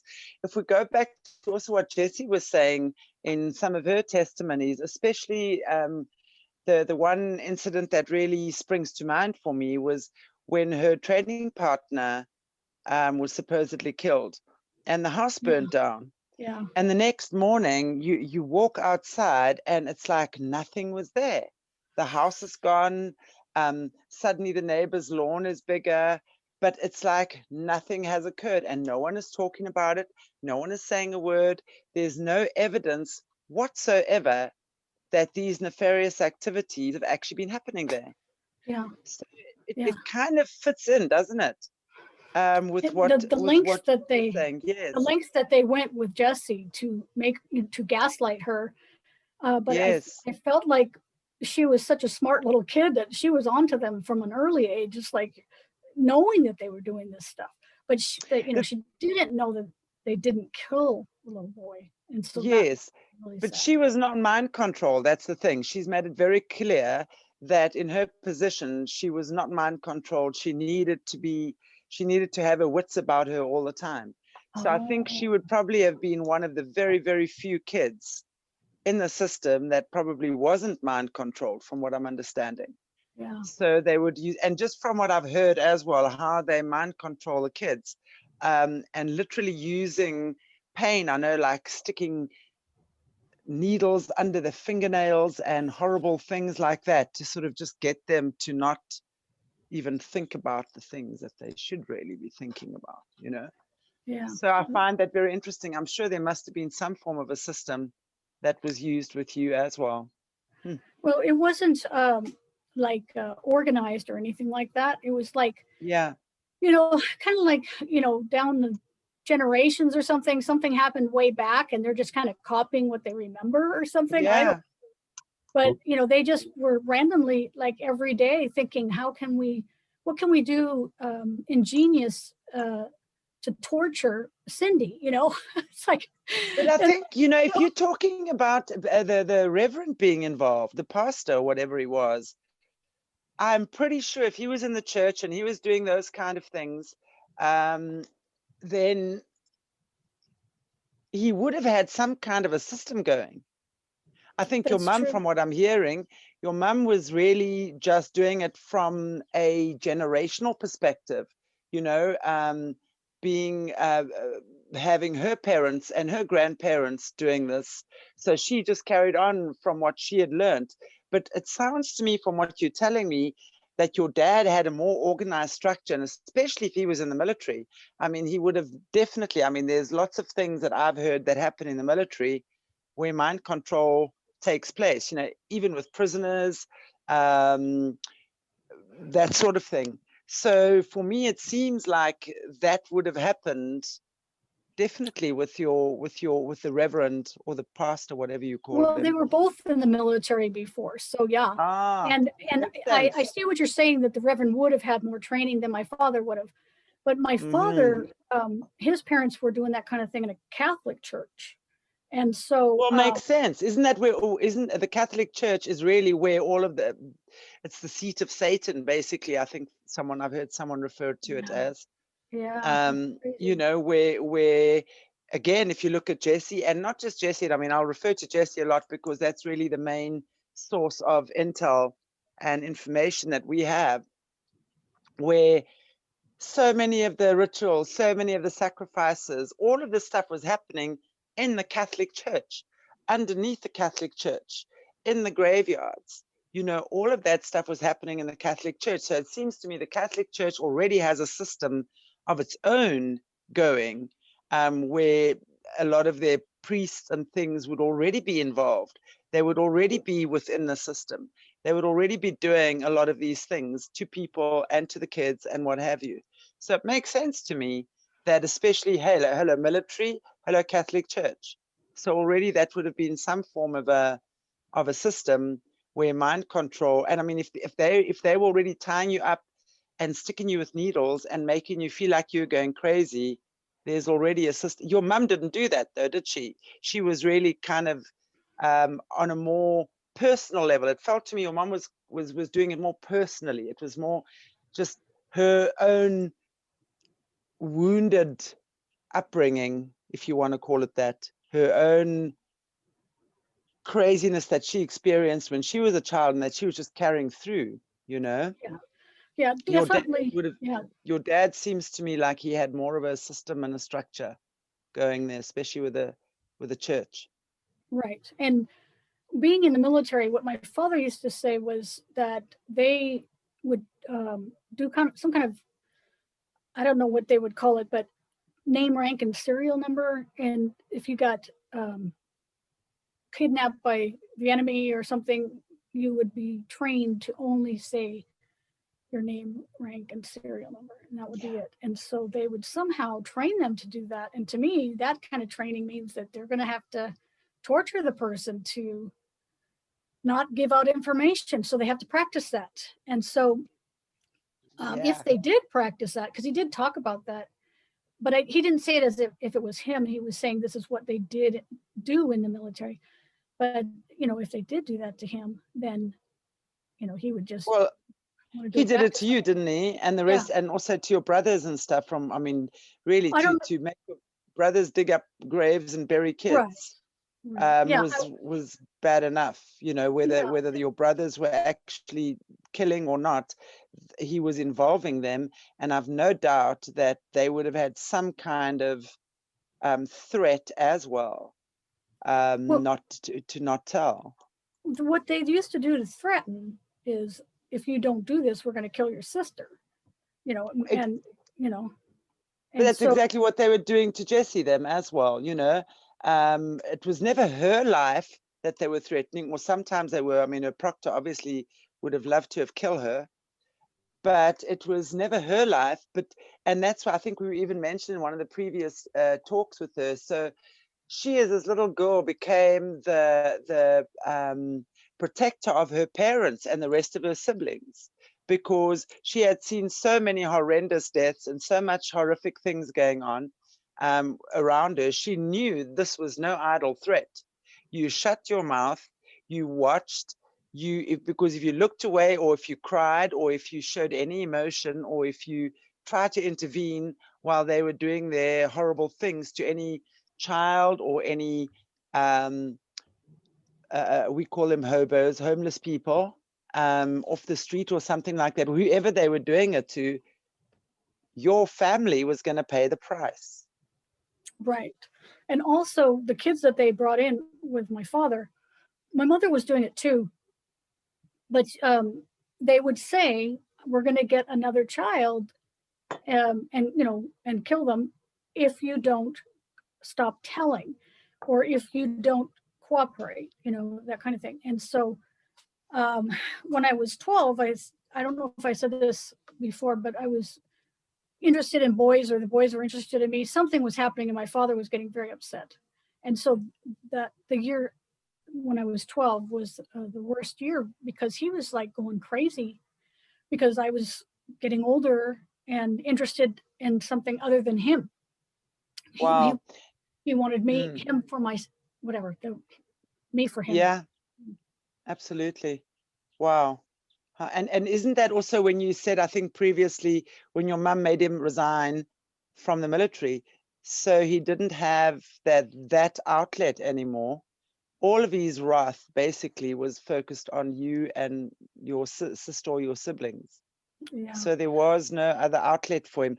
It makes sense that he was doing the stuff in the military as well, or part of it in the military, because that's where he would have then done his nefarious activities while he was there. And now he's at home. He doesn't have any other outlet to do it. So now he hooks up with a pastor of the Catholic Church. There's a pastor. It was a United Church of Christ. Okay, sorry. Yeah. For the United. I didn't even know a church like that existed. Good grief. But anyway. I don't even know. I don't know if they're still around, but yeah, just show, well, a church, you know. I mean, isn't it disgusting how they have used the church, all the churches. I mean, and I think we mentioned yesterday as well, I mean, just here in South Africa that I know of now, it would be definitely the Catholic churches, because that's where all these crazy things happen. You look at the Anglican Church, which is linked to the Church of England, and yeah, our Desmond Tutu, who's this amazing archbishop, sold his grandchild into child trafficking so that he can have his archbishopship. And then the NG Church, the Dutch Reformed Church, which is then very linked to our old white politicians, presidents and things, that has always been linked very strongly to our Nazi cousins, because of course the Germans the Germans are very strong ancestors of ours here in this country. So it's that Nazi, Afrikaans, German, NG Church link that we've had here. And some of the most horrendous things I've been listening to lately as well have been taking place in these Afrikaans churches. Wow. yeah, it's pretty scary because you don't know which church to trust. And well, you know, this is truly what I believe, you know, and I believe that you do not need to go to a church to praise God. I believe your body is a church, and the scriptures I read, I very much subscribe to the Aquarian Gospel of Jesus the Christ, which is the 18 missing years of Jesus's life. Just like, and I'd like to say this, you know, if you don't mind me just interjecting with this here, because I think it is important. It's something also we had a group of my students on this morning, and we were talking about it. Just like there have been certain books of the Old Testament left out of the Bible, which is now being discovered, and I think it's really the Catholic Church that has kept that from everyone, so has the 18 years of Jesus's life. I mean, and I can't understand how Christianity has not questioned that, or I haven't really heard it. It's like, where did Jesus disappear to for those 18 years? And according to what I'm reading, and I feel very strongly this to be the truth, he spent that time in Egypt, in India, in Tibet, in Persia, and in Greece, where he walked with the masters, he worked and he talked with them, and he learned from them, and he taught with them. And we know now, and if I look at that, there is, if the Christian teachings have always included those 18 years, the Christianity would understand that Jesus had absolutely no judgment towards any other the religion or faith. You know, we speak about there that in the beginning, God breathed forth the 7 holy Elohim, which is the 7 spirits that take care of this earth. And we have basically given power to 2, which is God and the devil, so to speak. Okay. And when we understand that with the 7 continents and the 7 civilizations, God created a way to express his word in different ways to the different civilizations.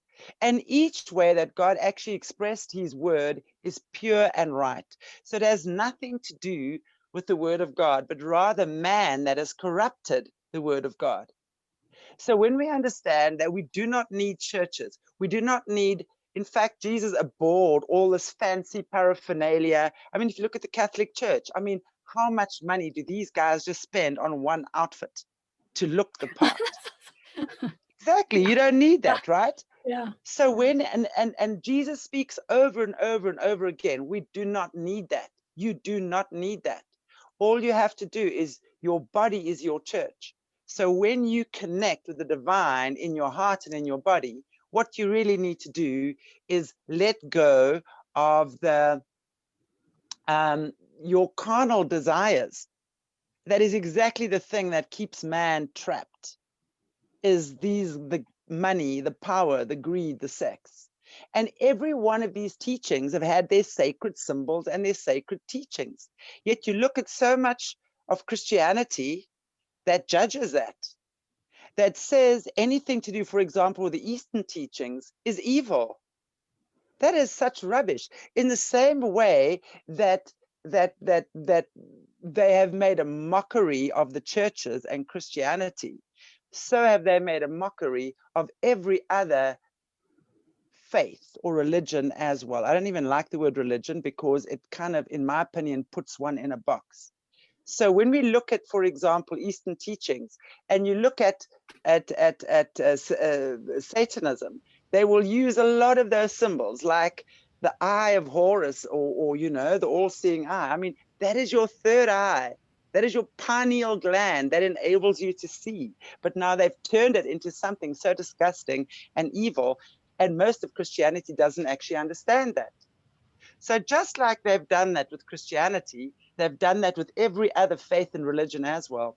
And when the Christian teachings start understanding, Jesus actually lived 18 years that are not in the Bible. And when you start looking at that, you'll understand there was no judgment whatsoever from Jesus for anything else. So I think we really need to start looking at that as well. When you can see, I mean, I know you've recently started doing yoga from what you're telling me and stuff like that. No one is going to tell me yoga is evil. No one, no one, no one. Yet I have these people on my Facebook page telling me I'm demonic. And because I'm doing yoga, I'm going, are you mad in your head? Because really, I do yoga probably 4 to 5 times a week. And I've been teaching it for many years. So for me, yoga is a thing that keeps my mind in shape. It keeps my body in shape. It keeps my spirit in shape. There's no way. I mean, the word yoga means a prayer to the divine through your body. So when you're doing yoga, you're honoring God for this amazing body that you have that is your vehicle for spirit. How is that evil? But because people have not been taught that in the Christian teachings, they now deem it evil. So I just find that very interesting, that it's not only the churches. but especially the churches. Do you know what I'm saying? So I Yeah, think I don't like churches myself. I've tried several. And yeah, my sister went around and tried all kinds of churches, and she likes some things in each one. But you know, right now I'm just not doing religion, you know, and so the only thing I'm doing right now is the meditations and the yoga and the sound healing and spirit, things like that. connecting with spirit, Yeah. connecting with spirit, And which is painting. So yeah. yeah, and isn't that connecting with spirit? Because really, if we look at Jesus, Jesus was carrying the Christ consciousness energy. I mean, in Greek, it's the Christos, you know, which is the anointed one. So you're anointed with a Christ consciousness energy, and Jesus as a man had to have reached a certain level of understanding before he could channel that energy for God. So it's God's pure energy. But if you look at Buddhism as well, I mean, the Buddha is to Buddhism what Jesus is to Christianity. And Buddha taught us to let that the suffering of man is all about our attachment to earthly goods. And the same thing that Jesus says, let go of your carnal desires. And isn't it interesting that Buddha had 12 disciples as well? You know, so it's teaching the same Reasons. yes, lessons, but to a different to different civilizations, if you will. And I think we need to understand that. So when we let go of judgment, you see, the one thing that I do believe a lot of fanatical Christians do is they are incredibly judgmental, incredibly judgmental. That has been my big problem with Christianity over the years, is that there's so much judgment there. And it's the one thing Jesus asks us not to be, is judgmental. So when we understand Jesus has no judgment of anything other than man and his carnal desires, Jesus says, you do not need to sacrifice an animal. I do not need your blood sacrifice, not at all, you know. So sacrifice your carnal desires, and then you move into the kingdom of God. No judgment.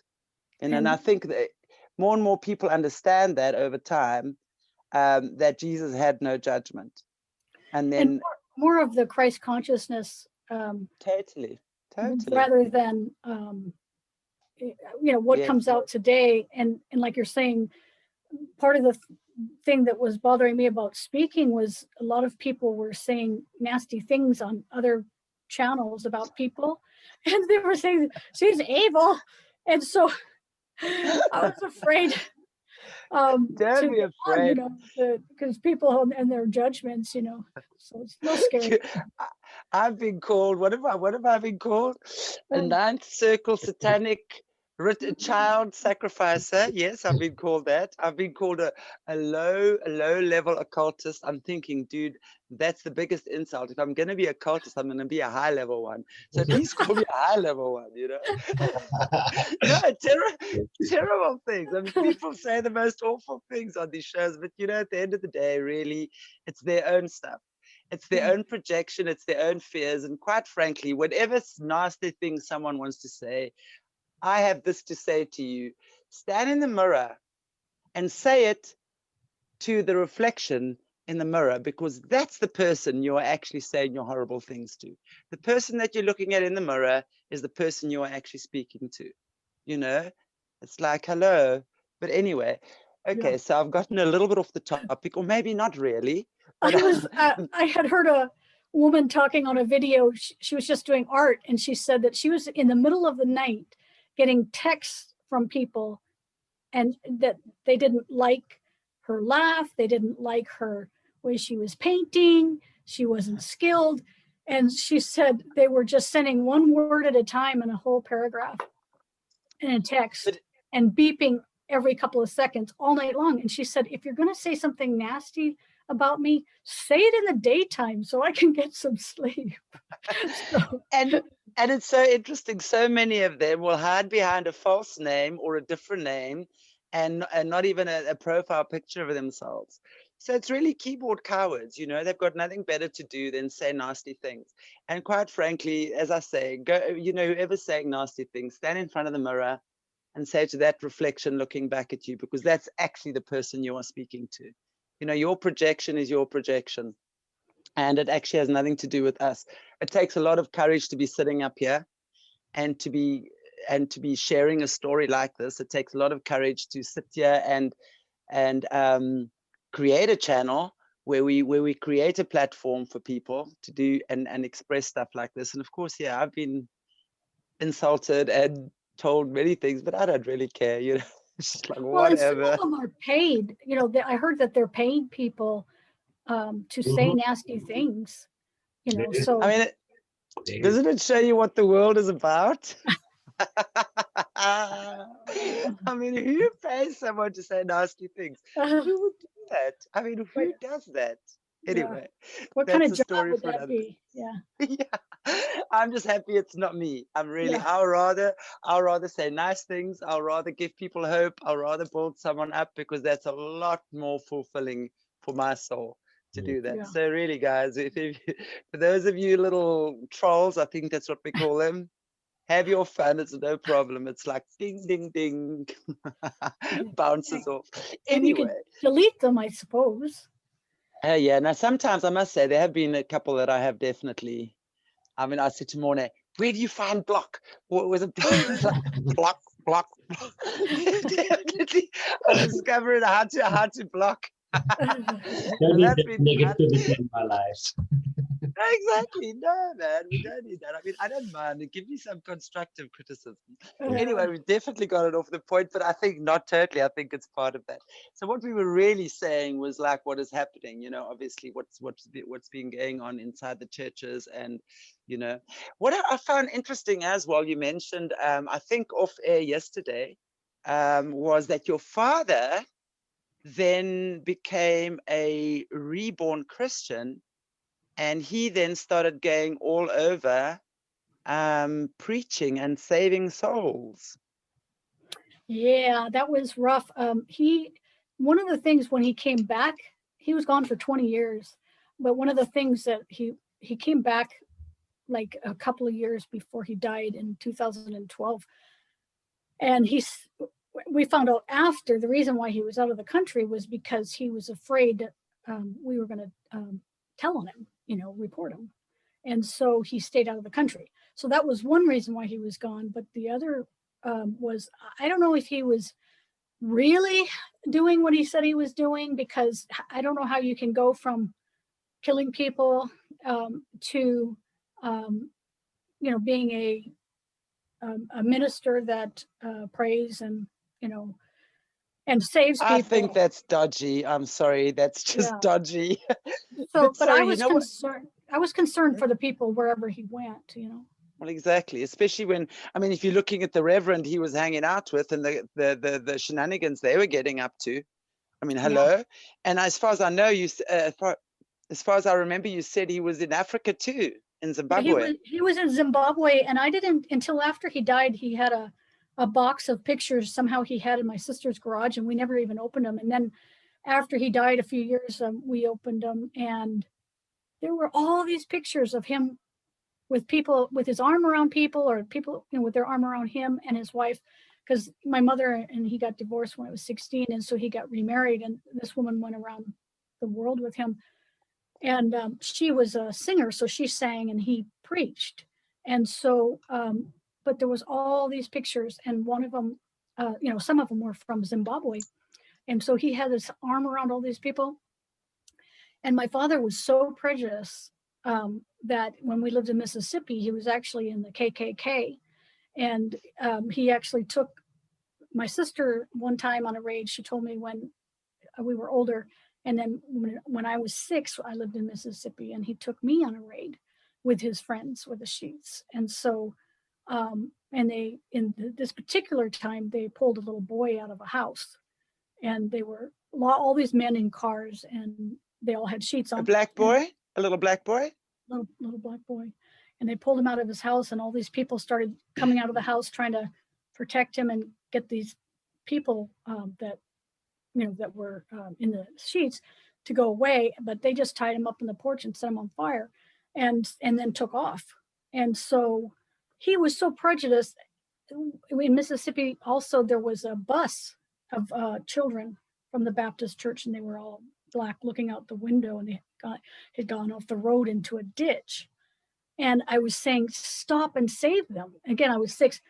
And he said, let God save them now, because it had the church name on it. And he said, only God can save them now, and I was screaming at him to stop, and he wouldn't stop. So, many situations like that in Mississippi. So to see him go to Zimbabwe and have a big smile with all these people with their arm around him, I just didn't understand that. So I wasn't sure if he was doing his same stuff there, or if he had gotten out of it, or maybe, if he had was trying to redeem himself. I don't know, but he never admitted to anything of what he did.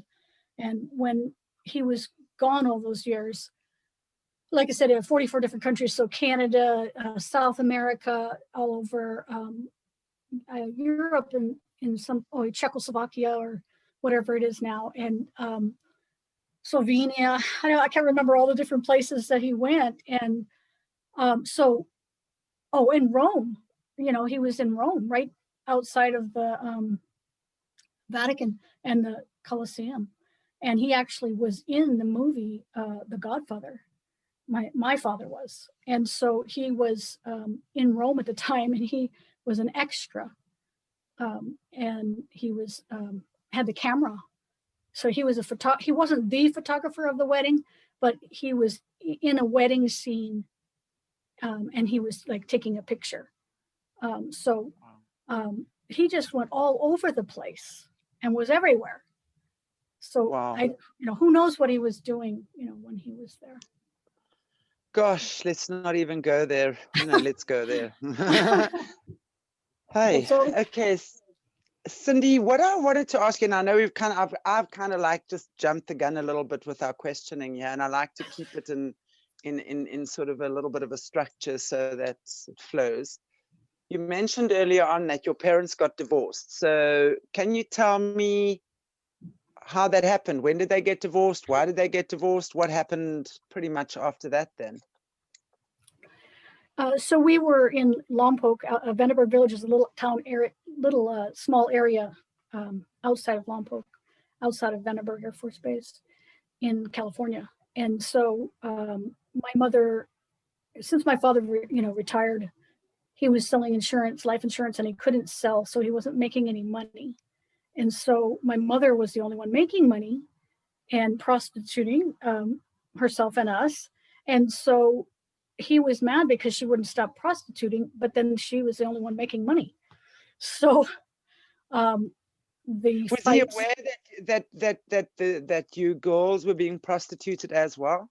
Your dad? Yeah, he was aware. He knew everything that was going on, because my mother would say, he acts like he doesn't know, but then when I come home, he would ask to take the money that she got. So he pretended he didn't know, but then he's like, give me the money.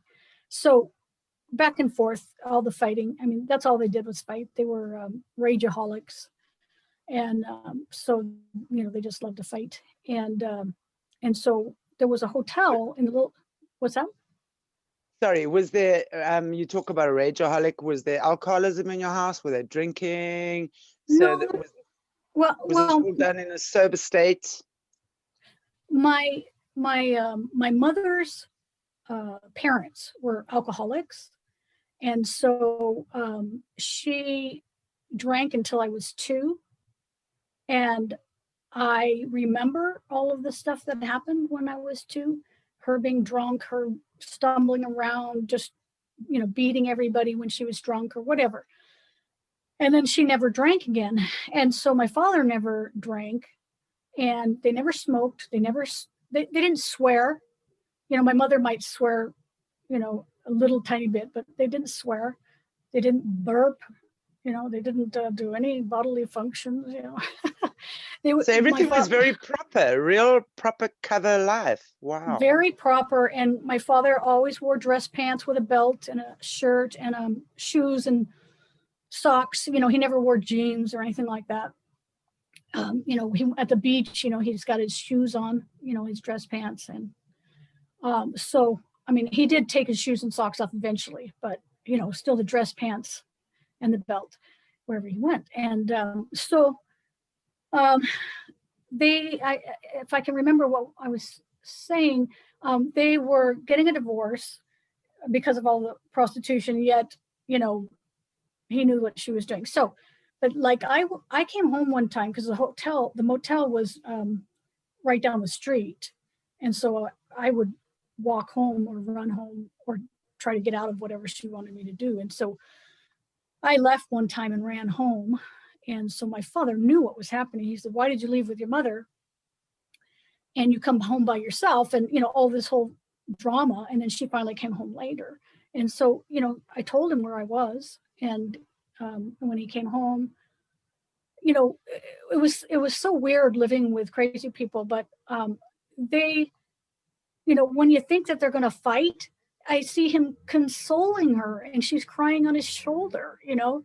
And then when you think that it has nothing to do with anything like the salt and pepper, they're raging and throwing. And, you know, my mother used to make ceramics like crazy, and she'd throw all the ceramics that she made, and, you know, just always violence and throwing things. And but then this time, you know, she's leaning on his shoulder crying and he's consoling her. And so it's like, how did two crazy people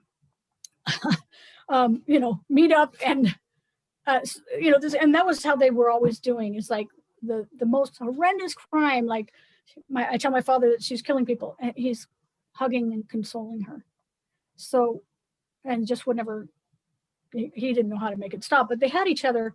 Well, if you tell on me, I'll tell on you, you know, and so they had each other. But at this point, they had been married for 22 years, in the military for 22 years, something like that.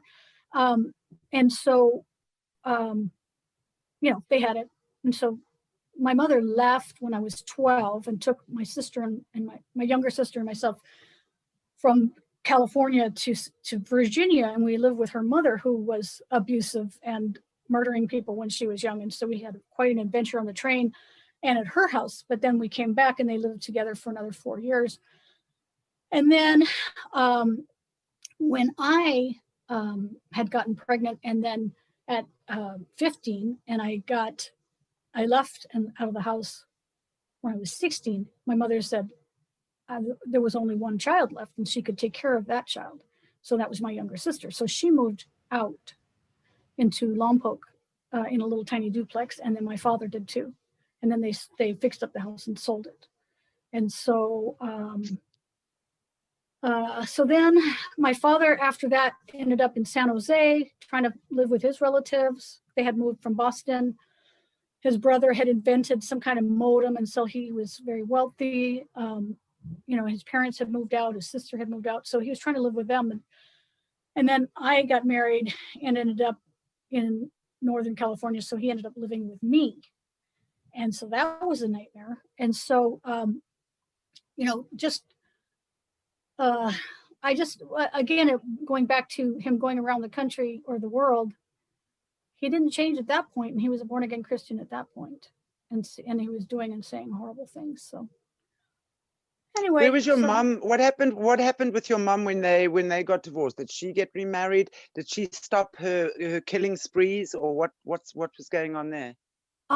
When I was there, she was like when I got married, I had my husband at the time joined the military, and so he was gone, and so he was in the Navy, and so he was gone. And so I didn't have any place to live. And so I had to keep coming back, either living with my sister or my mother. And so when I was living with her, when I was 17, she was still doing the same thing. And that's how she was making her money. And my younger sister. So she never really stopped? No. Okay. And then at what point did you meet your husband? How old were you when you met your husband? When I was in high school, when I was 15.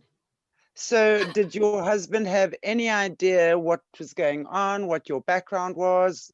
Did he have any knowledge of what was going on in your life and your family?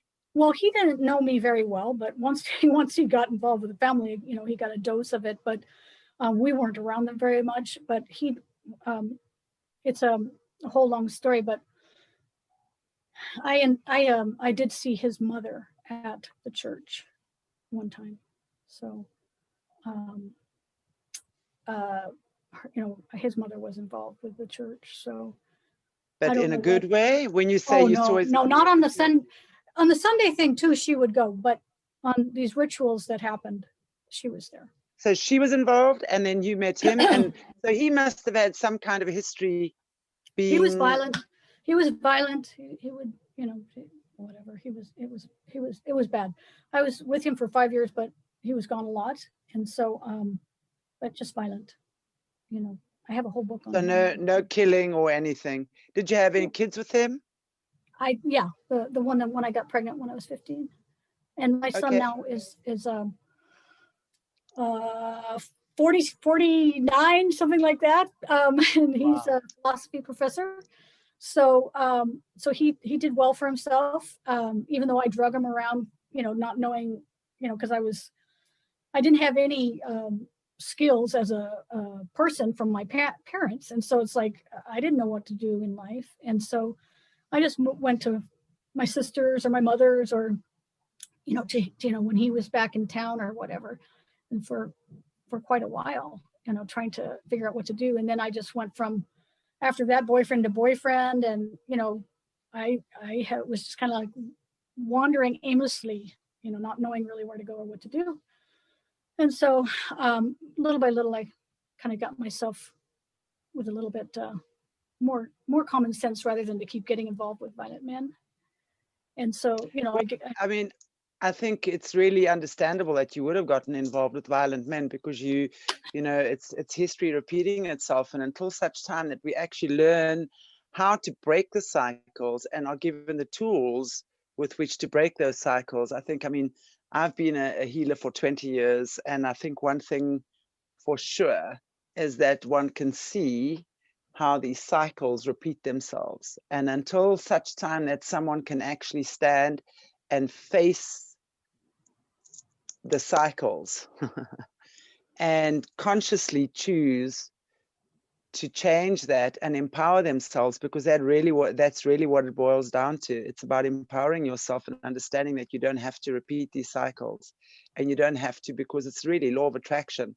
You don't know anything else. If you're just looking at your parents from their history, your mum and what she went through, she was also born an innocent, we should never forget that, who was also put into these treacherous situations and had no idea of how else to do it. And so, of course, I just say, thank God, when you talk about your sister who then passed away in 1980 because she just had to keep too many secrets. She had no idea how to get out of the system. She didn't want to continue it. She didn't want to do the things that your parents were doing. So she just thought, well, the only way out is death, to leave the earth plane. And that's how she opted out. You've chosen to stay. You've chosen to face some extremely challenging scenarios in your life and meet it head on. And that's where the power lies, is where we turn around and we are able to see these things and realize I do not have to go down that same road anymore. And you, as you said, you attracted abusive partners. That's all you knew. You had no idea what love was. You had no idea what compassion was from your parents. You had no idea what it felt like to be protected and nurtured. I still, gosh, and that's why I say I was speaking to Lisa, and I was like, just listening to her story. Wow, my heart was breaking, because I said, I feel so privileged, because I have definitely, my father, we 4 girls and 2 boys in our family, and my father just loved us. His daughters were and he always said to us, my child, you push out your boobs and you pull in your stomach. And he said, you are beautiful. And my one sister's, she's 6 foot tall. And I remember him being exceptionally tough on her at one stage because I think she must have gotten, like, for example, a little bit self-conscious of her height. She was taller than most of the kids in her class. And he said, and he made her pull back her shoulders and walk up straight, you know. And in that way, you carry your confidence. He taught us we have a voice. He taught us you speak, you express yourself. There's no such thing as daddy this, daddy. What is it? Go and, you know, go and defend yourself. Unless there's really something you can't, you know. My mom was the same, you know. We were given permission to be empowered by our parents. And when you have that as a child, I realize more and more, wow, what a privilege that is, because that really sets the stage for the rest of your life. I'd be interested how you enjoyed, I mean, how, you know, when you had your son, for example, how was that for you, having this little boy, knowing what you'd been through and knowing what could have happened with him? How did you experience motherhood, especially when you were still in these abusive relationships or cycles? Yeah, I was at home for, you know, maybe 6 months until he was 6 months old, and then I moved, you know, away. So I was in the house with my baby, and to me, I just didn't understand my mother. You know how, you know, she didn't have like the mama bear gene, but I had like an extra protective mama bear gene, at the same time a stupid gene that, you know, was like I had no idea what was going on in life. So, but with my son, my father was trying to abuse him too while we were in the house. And so he actually did take him to the church and did a ritual with me there. And then when my husband came home from being out to sea, he came home and my husband was there and his mother was there, and they were doing something to my son. And so that's when we moved out. And so we just left. And he wasn't planning on bringing me back. My ex-husband, my husband at the time, wasn't planning on bringing me back. It was in Long Beach that he was in California. And once he saw that and he experienced that, we just packed up and left right then. And so what were they doing to your son in the church, and how old was he? he was baby, under 6 months old. What were they doing to him? Trying to do some kind of baptism into some kind of dark energy. Mm. You know, I don't They know. see already, they were definitely, I mean, that to me, that sounds like there was a system in place that they were also trying to kill him, or trying to kill me. I mean, they were torturing me by pretending to torture him. I mean, they were pretending to stab him, and they were trying to get me to stab him, that kind of thing. And I was flipping out. And my husband, they told him to go outside. And so I was left there with his mother. And I guess they knew they weren't going to do something, but they were torturing him. And so I've done a lot of healing work on that to make sure that he didn't receive any of that. I mean, you know, to clear any of that darkness out. Yeah. And, you know, just stuff like that. And they did that to my niece also. When my niece was born a year before that. And so they did that to my niece also. And so Pray God, did she get out? Your niece? My niece never was in, because my father had moved after that. You know, my father moved like right after they got divorced. And so he was in Northern California. So they weren't around him, but my sister ended up being very abusive, my older sister. And so she was pretty abusive to them. And then she married an abusive man, and then they were abusing her kids. And so, you know, it just like the cycle goes on. But what I was trying to do is break the cycle. And so all the clearing work that I do, I always say I'm going up and down the generations, but to make sure that, you know, my grandchildren don't get all of this, these patterns and these, you know, programs or whatever they would be, but to try to clear it out so they don't get anything. Or if they have, you know, to clear it out. So. Wow. So thank God you and your husband had the strength and the sense to not let that continue. So then you and him moved away to a different town, state, city, whatever? Yeah, it was still California, but it was Southern California, Long Beach, where he was stationed. He, you know, his ship had come in. So he had gotten a ship in Boston, and he went all the way around South America, and then over to the California coast, and then from from there he went to now I can't even talk. He went to Vietnam. Water, just have water, just drink water. He went to Vietnam, and so he was his ship was an oiler and refueler, and so he didn't have to go actually fight, but they could see the explosions from the ship. And so his ship went to refuel, you know, and replenish the ships and whatever the ships were going to do with that. So so he did that, and then so he was always gone, but which made me have to go back with my family. But you know, so that was rough. With your child, your baby? Oh yeah. So Yeah. what happened then? Was he safe when you went back? Well, I was always having to protect him and always trying to keep him safe, and you know, hyper vigilant all the time, and you know, just all these crazy abusive people around. There's, you know, people thought I was overprotective, but it's like, you know, do you know how many wolves I have to protect him from in my own house, you know, in my own family? So, but then. And you managed to keep him safe? As much as I could. You know, then I got involved with these abusive men, and then, you know, had to drag him around in those relationships, but they weren't hurting him, but they were hurting me. And then he, you know, having a domestic violence isn't good. So, but right now he's doing well, but you know, it wasn't probably fun to go through. But by the time I got divorced, I was 20, and I had been with him for 5 years.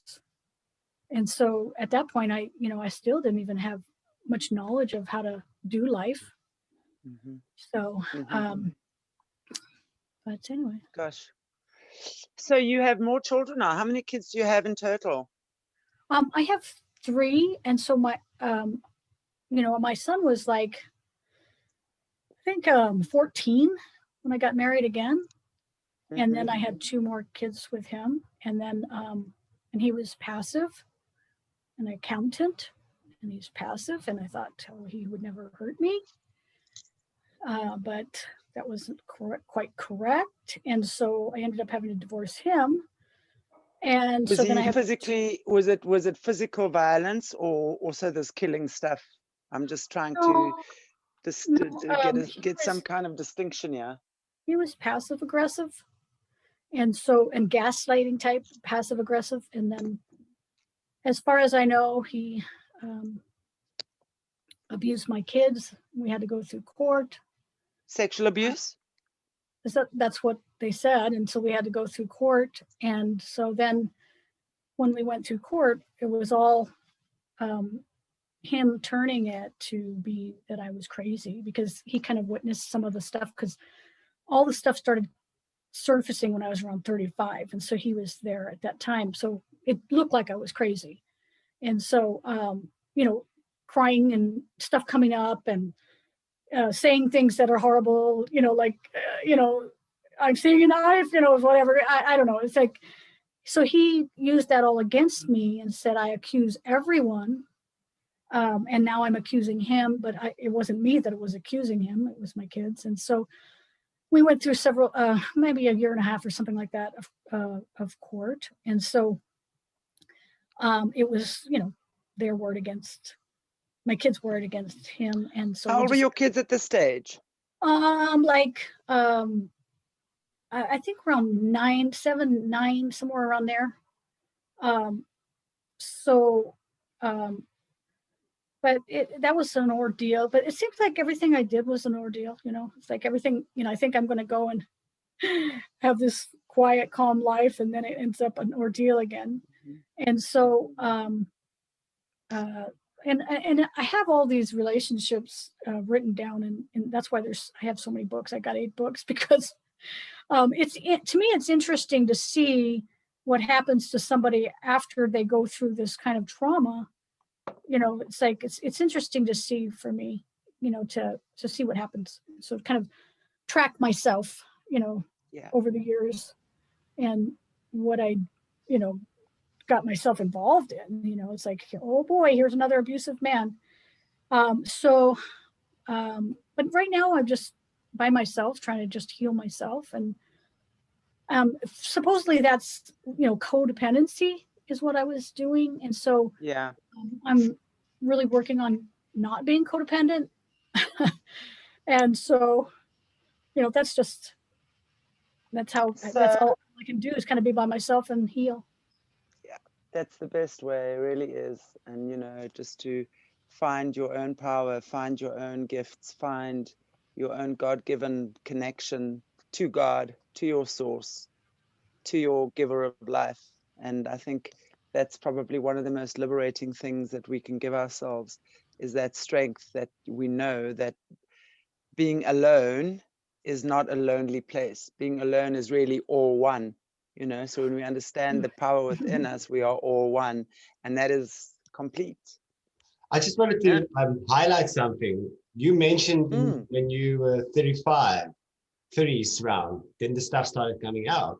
Now, what we've understand with the mind control thing is by the year in the 30s, most of the people start remembering stuff, and they go through these shocks and traumas and stuff like that. So it's very interesting that you're saying that right now. That definitely means complete that control was there, the mind control was there.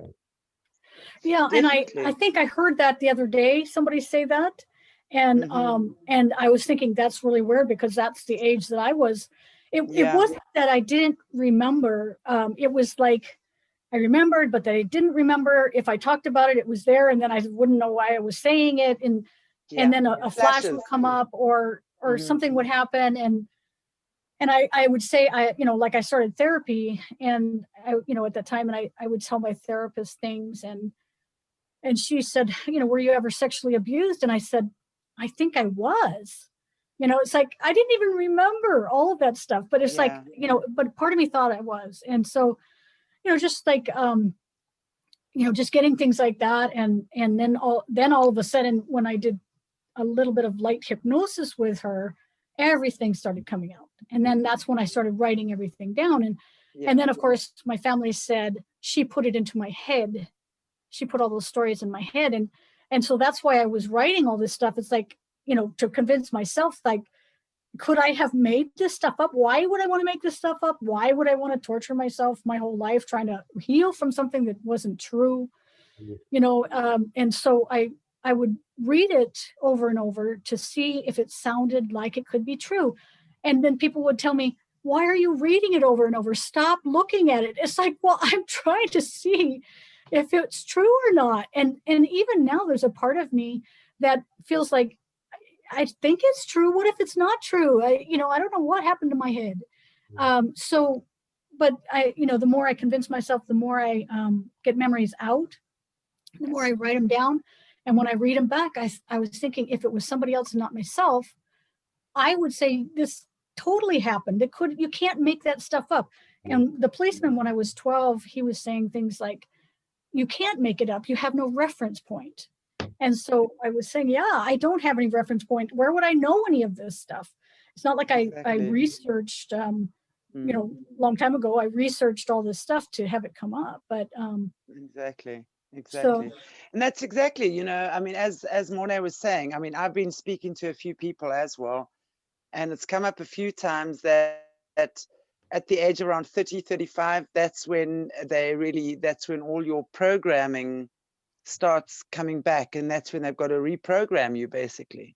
They weren't around. They weren't around to reprogram me. Exactly. So it makes a lot of sense to me that there was some kind of programming that happened when you were a small child as well. So that it started coming up then, and then the memories obviously start becoming clearer, and it becomes more like a tap now, not just a drip, drip, drip, but the tap is opening and the consciousness is flowing. And I'm still getting memories. I have all those books, but I have like several notebooks that I've written down but I don't even, it's like, I've got too many stories already. It's like, if there was another murder case, I might think about it, but it's, you know, just more and more stuff. And I'm relieved when I get a memory, but it's Yes. also been exhausting, you know, Absolutely. I'm sure. you know, like I can't go anywhere or do anything because I'm always triggered, you know? And so, Yeah. I only have to do short things. Otherwise I get real Yeah. triggered. It So. sounds very much from people that I've spoken to who've been controlled, who've been mind controlled. It sounds very, very much similar to what they've experienced. Wow. Yeah, and I just have to sleep it off mostly. Like Yeah. a lot of the times I'll have something come up, and maybe it could be weeks or months that I don't realize it's something that's trying to show me something, and I just start going to sleep, and I have to sleep, and you know, it's like I can't wake up, and then I realize, oh my gosh, this is a memory, you know, so I write it down and then I'm fine, you know. But Yeah. so I got And that's the faster. healing. Yeah, and I got faster at it, like, you know, start to recognize it and write it down as quickly as I can, and not put it off. Yeah. And you know, again, some people were saying, why do you have to look at everything? It's like, I don't have to look at everything. It's like everything wants to be, you know, seen and heard. Wants to And come into the light now. Yeah. Wants to come out, and it wants to be released. Yeah. Wow. It's Amazing. like a child that wants to be heard and a child that wants to be acknowledged. Yeah, like the little Yeah. child and everything. She wants Yeah. So. All the Absolutely. inner children, Yeah. you know, that are hiding in a closet wanting to be heard, you know, or something. So it's like I try to listen to everybody. So Wow. And it's good. It's good to give that a voice, give all those different aspects of yourself a voice, for sure. And again, I can't tell you how grateful and happy and privileged I am. And I feel that you are doing that over here with us. It's a great blessing. It's a beautiful thing. So you now have 3 children. 3. Okay, 3 and 4 grandchildren. Is that what 8 you said? grandchildren. Oh, 8 grandchildren. Wow, amazing. So your And kids are one basically on the way. wow, that's amazing. You see, that's such a blessing. So basically what you're saying is your kids, although your ex did obviously abuse them, they're okay. You guys are all on a good vibe now. All of that is healing. Are they okay, your children? Do they know what's happened with you? They know a little bit. They don't know everything because it's been happening like the last 10 years, and I haven't told them any of it. The heavy stuff has been the last 10 years. And so before I knew some stuff, but, you know, it just seemed to get worse and worse. And so they don't know all that stuff. But they know a little bit. And then, you know, sometimes I don't know if they believe it or not believe it. and like, So like do you think that, I mean, how do you think they would feel if they watched this show with you? it's hard to say, you know, like, you know, they might say, you know, I don't know. It's hard to say what they would think, but well, I hope they watch. I hope they watch. I don't know if they would ever watch it, but one of the things that I wanted was some evidence, and this is why I wanted to, you know, I've been kind of desperate trying to find evidence. Is like evidence of what? Evidence of what are you looking for? Well, either a body or a newspaper article. And I used to get microfilm or fish or whatever at the library and order them, and they would ship them in, and I would look through the microfilm and for these newspaper articles, because I saw the articles in the newspaper, several of them, the 10 little girls and a few other people that my mother showed me that were in the newspaper. She always blamed me, so she had to show me. And so I saw those newspaper articles. So now they've got newspapers.com, and I've been looking in there, and it should be there in the Miami Herald. It should be there. And I'm looking at the right dates, and I go through everything, and it's not there. And so that's why I was saying it's like everything has been just like veiled or cursed or somehow protected. I just don't know what the problem is. And I thought maybe I was in another dimension or something, that I lost that, or maybe parallel universe or something. You know, it's like, where did it go? And so I've been doing that for years. And so now I just can't find it. And even with those little girls' names, I can't find it. I did go to the missing persons, missing children. I called them and they said to call the police, you know, so I called the, well, the police wouldn't help me, but you know, I emailed the archives of the newspaper, and they called me so upset. You know, it's like, what are you talking about? We have no open cases. It's like no open cases for the whole, you know, I didn't, you know, it's like, so it's like, I don't know why they would cover that up, or why they wouldn't want to see that or talk about that, but they said no. Oh, the police said no open cases. The archives said, you know, they couldn't find anything. So it's like, it's still being, you know, whatever it is, covered. Yeah, veiled. Let's call it veiled. So What about your brothers? So if I can find some evidence, then I can show them that it was true. Any of your brothers, your siblings, or anything like that? Is there no memory there? I mean, I know you said your one sister has been she's passed away, but what about your brothers? Is there anything there? I mean, do they not have any memories? My brother Rick died in 2002, and he was going crazy. And so I had told him, like, when I was 35, I was telling him stuff, and he said that I was making stuff up, and that it was I was being abusive to my parents for making it up. They were fine parents, and I was making it up. And then a year before he died, he called everyone. He was living in Hawaii, and he called everyone and said that he loved them.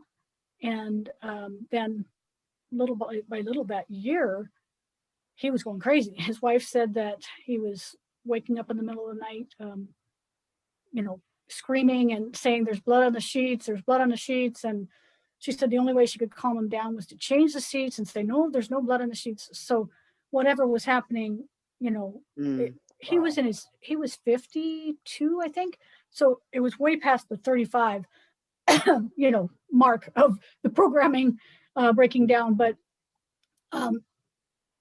he never did understand or maybe admit that he knew what was happening. And so he died. Wow. And so what happened to him was, it was in Maui, and the police got him because he was going crazy, and did the same thing that they, you know, kneed him in the chest. He couldn't breathe. He was saying he couldn't breathe, and he had a heart attack and died. And so, but I don't think he understood what was going on, or what was clearly happening. not.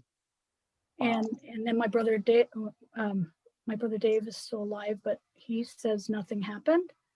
And he says he can't remember his childhood, but he said nothing happened. But then when in an email, I was telling him what happened, and I said, you don't remember this, you don't remember that, you know, trying to get him to help me, you know, back me up. And he said, you know, it never happened. So, and then with my younger sister, she got the memories. Now I'm starting to burp. She got the memories right before me, 2 years before me. So she was younger than me, so 5 years younger, and 2 years before I did. So that would have been like 28 or so she was, and she started getting all these memories. And I didn't understand what she was talking about. And she was saying what she was seeing and all of this stuff, and flipping out. And so it wasn't until 2 years later, because then we stopped talking. And then 2 years later, I called her and I said, is this what you were talking about? I was in the grocery store and everything started coming up. You know, it's like, I had to leave my food and go, and, you know, or whatever I did, and went home and called her, and I told her. And so we got together, and my brother came over, my brother Dave, and she was a born again Christian at the time, and so she was speaking in tongues over me and praying over me, and and I was telling her what I was seeing, and like I said, the memories would come and go. So it wasn't like I hadn't seen it before, but it feels like that was the first point that the thing started coming out. And so I was telling her what I was seeing, and she said that was what she had been seeing. And so then I don't know how many years after that we had about a week together that we compared stories, and we were saying that we had the same things happen. And that was when when I barely knew anything of what was happening. And so I don't know about her, how much she knew. And we were comparing stories, and it was the same stories. And so then I don't really know how much time passed, but we got my father on the phone with her husband and my husband, and we were at my house and different extensions, and we were talking to him. And he was now remarried and living in North Carolina. He hadn't gone out of the country yet because we hadn't talked to him about this stuff yet. And so he was up in the mountains in North Carolina. So that always sounded shifty to me. But then he came and he flew out because he flew standby for the military. And so he flew out, and I was so scared. Just hearing his voice, I dropped the phone. I couldn't even handle hearing his voice. And so my sister and her husband were born again Christians. And so they went to their church and took him there. And he was praying. My father was a born again Christian minister, and he was praying with them. And he said, somehow the devil has put this in these girls' head. I never did anything like that. If I did do that, it would have made a mockery of my ministry. And so that was it. My sister changed her mind. And then sometimes she would go back and forth, and then she would say something, and then she wouldn't say something. And right now she just thinks I don't know what she thinks, but my thought is that she thinks that I'm making up stories. And so, although she's had the memories herself. Because the devil put it into her head. And so if I could just get the devil to stop giving me these memories, then I would be fine. You see, it's another interesting thing. They when they do the reprogramming, they usually do it by either symbolism or keywords or sounds or something like that. So now she's saying that your dad started coming praying with your sister again, and she started getting those things. Oh, that could well be part of the reprogramming. Absolutely. Yeah. And my sister did have some time lapse when they got back from the church, and she told me this whole story about this time lapse and when she woke up, what was happening. So I think you're right. I never thought about that. And then later, a couple years later, I told her about that, and she said that never happened. It's like, Wow. because the repro. It seems definitely that there's been some reprogramming. I mean, I'm no expert. We are no experts on this topic, but just listening to what others are saying, and who've been in a similar situation, it sounds very much like there has been some reprogramming that has taken place. And I'm just again so grateful that that's not you and that you are sitting here. So, that we can just carry on this journey with you, and you can carry on this journey, which is amazing. And I see that you're pretty artistic and very creative. I mean, from what I can gather now, part of your healing journey has been art, therapy, sound. I mean, I love the fact that you do sound healing. I play the Tibetan singing bowls. Oh, and it was something I've always loved, the Tibetan singing bowls, and it must be about 10 years ago now. I just had this desire to put them in a certain way and use them in a certain way on and around people's bodies.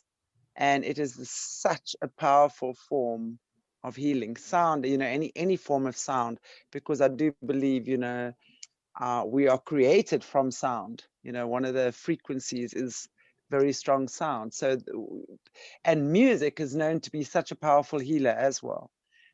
So I think wonderful. I'd love to hear about what you're doing right now. How are you, just in your own creativity, how's that working out for you? Well, the sound healing part is, my friend has a place called Awakened Soul. And so she does the sound healings there. And so she has different people come in. And so it's like a meditation, and you just go in and listen and lay down. and listen. And so she does the gongs and the bowls and the drums Amazing. and her, she has different friends that have maybe I think it's didgeridoo and Didgeridoo. just, yeah. And so they just do that with different people. And then I bought my own little inexpensive singing bowl from her shop, and I do it every once in a while if I start feeling low or whatever. I start doing my bowl, and then I have a drum. But I don't do, when we do drum circles there also, but I don't do like any kind of sound healing with other people that, I'm a little bit too shy for that. But we do the drum circles, and that I can do. Wonderful. That's amazing. That's amazing. And clearly you beautifully artistic. I mean, to have written 8 books, I mean, that's quite something, to have authored 8 books. That has obviously been very cathartic for you as well, then, writing. Yeah, I don't really feel like a writer. I feel like now I can edit more, but I don't really feel like a writer because I wouldn't be able to write like a novel or anything like that. I do, a couple of friends, I've helped edit their books and put them on Amazon. But, like with the books, the memories come through and I write them down. I don't write them, they write themselves. And so I don't really feel like a writer. I feel like a dictator, and not a dictator, but whatever that is. It's like automatic writing. It's what we call automatic writing. But isn't that, I mean, you are a writer, you're the one writing it. So I think you really should own that. Yeah, my higher self or somebody. But so it kind of feels like, and I try to edit the sentences because a lot of the sentences are like a kid would say it. And like in the beginning, the books were pretty basic sentences because that's how the memories came through. And I tried not to change it too much of how they came through. But the part that I But isn't that so authentic? That is really just authentic because your early memories would be of yourself as a little girl. So your vocabulary would have been a lot more limited, which tells me it's actually more real. If the sentence is coming through from your early childhood, well, as you said, like childlike, that is your childhood memories being expressed through the voice of a child. And I had to have some people help me in the beginning to write like the introduction and things like that, because it's like I had no idea how to write the introduction, but now I know how to do that kind of stuff. I'm not like flowery writer or anything like that, but I can put a paragraph together and then start editing it and moving things around, and that's about it. But but with the Holistic Heart Healing book, I just compiled things, and then with the Healing with Past Lives book, I did the automatic writing and I got past lives for people. And so I put those in the book. And so, it's like, I guess I'm a writer because I'm listening and writing, but own it. It's yours to own. My goodness. So, I mean, I don't know. I got 10, I think it's 10 books, 8 on my life and 2 other ones. And then 1 waiting, the Finding Evidence waiting. And she's not an author, right? She's not an author. She's written 10 books, but she's not an author. I could say I'm an author. I'm an author, and I got a lot of material. So. Well, I think that's beautiful. I really think that is amazing that you've been able to do that. And either way, it is extremely cathartic for you. So it's very healing.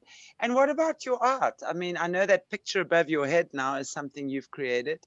And the ones from our previous conversation, the mandalas, are absolutely beautiful. So you were saying, and I mean, we great fans of mandalas, I love mandalas. I mean, I have a coloring book of mandalas, and that for me is such a way just to, switch off and tune in and listen to the voice of God, really, is through, and I don't know how many, every time I go shopping, I'll buy the most beautiful crayons, bright and just the ones I love. And I have, I don't know how many books that I just sit and I just color and that's my meditation. And mandalas, and of course, you know, mandala is a circle, which is the completion, and, you know, it's got its whole meaning there, which we won't really go into now, but or you can, but it's obviously been incredibly healing for you to do the mandalas as well. So why don't you explain to us a little bit about how that's been for you working with that? Well, when I was a kid, when I was little, I was locked in my room, and my sister would put the dresser, like I'm thinking like 3 or 4 years old. She would put the dresser up against the door and climb out the window to go to school and leave me locked in there all day. And my mother would never venture around to the window and maybe try to get into the window to help me. So I was stuck in there all day. And so the only thing that saved me from boredom was crayons and coloring books. And so, you know, at that time, I think there was a box of 64 colors. And I just used to look at those colors, and I loved colors, and I just would look at them, and I couldn't read. I didn't know their names. So I would bug my sister to find out what the names were. And so I finally would find the names, but I would just look at those colors all day and color. And that's kind of, the art kind of saved me. And so my mother, when we were like maybe starting around 8, she got into every hobby that there was. And so she painted ceramics, she knit, sewed, crocheted, you know, whatever, hooked rugs and you know, just whatever. And then she started painting a little bit, like probably oil painting when I was 12. And so then she taught me all those things, even though she was killing people. She taught me all those things. And so she started oil painting when I was like 12. And so I started oil painting. And so what a contrast. Isn't that amazing that someone can have such a contrast?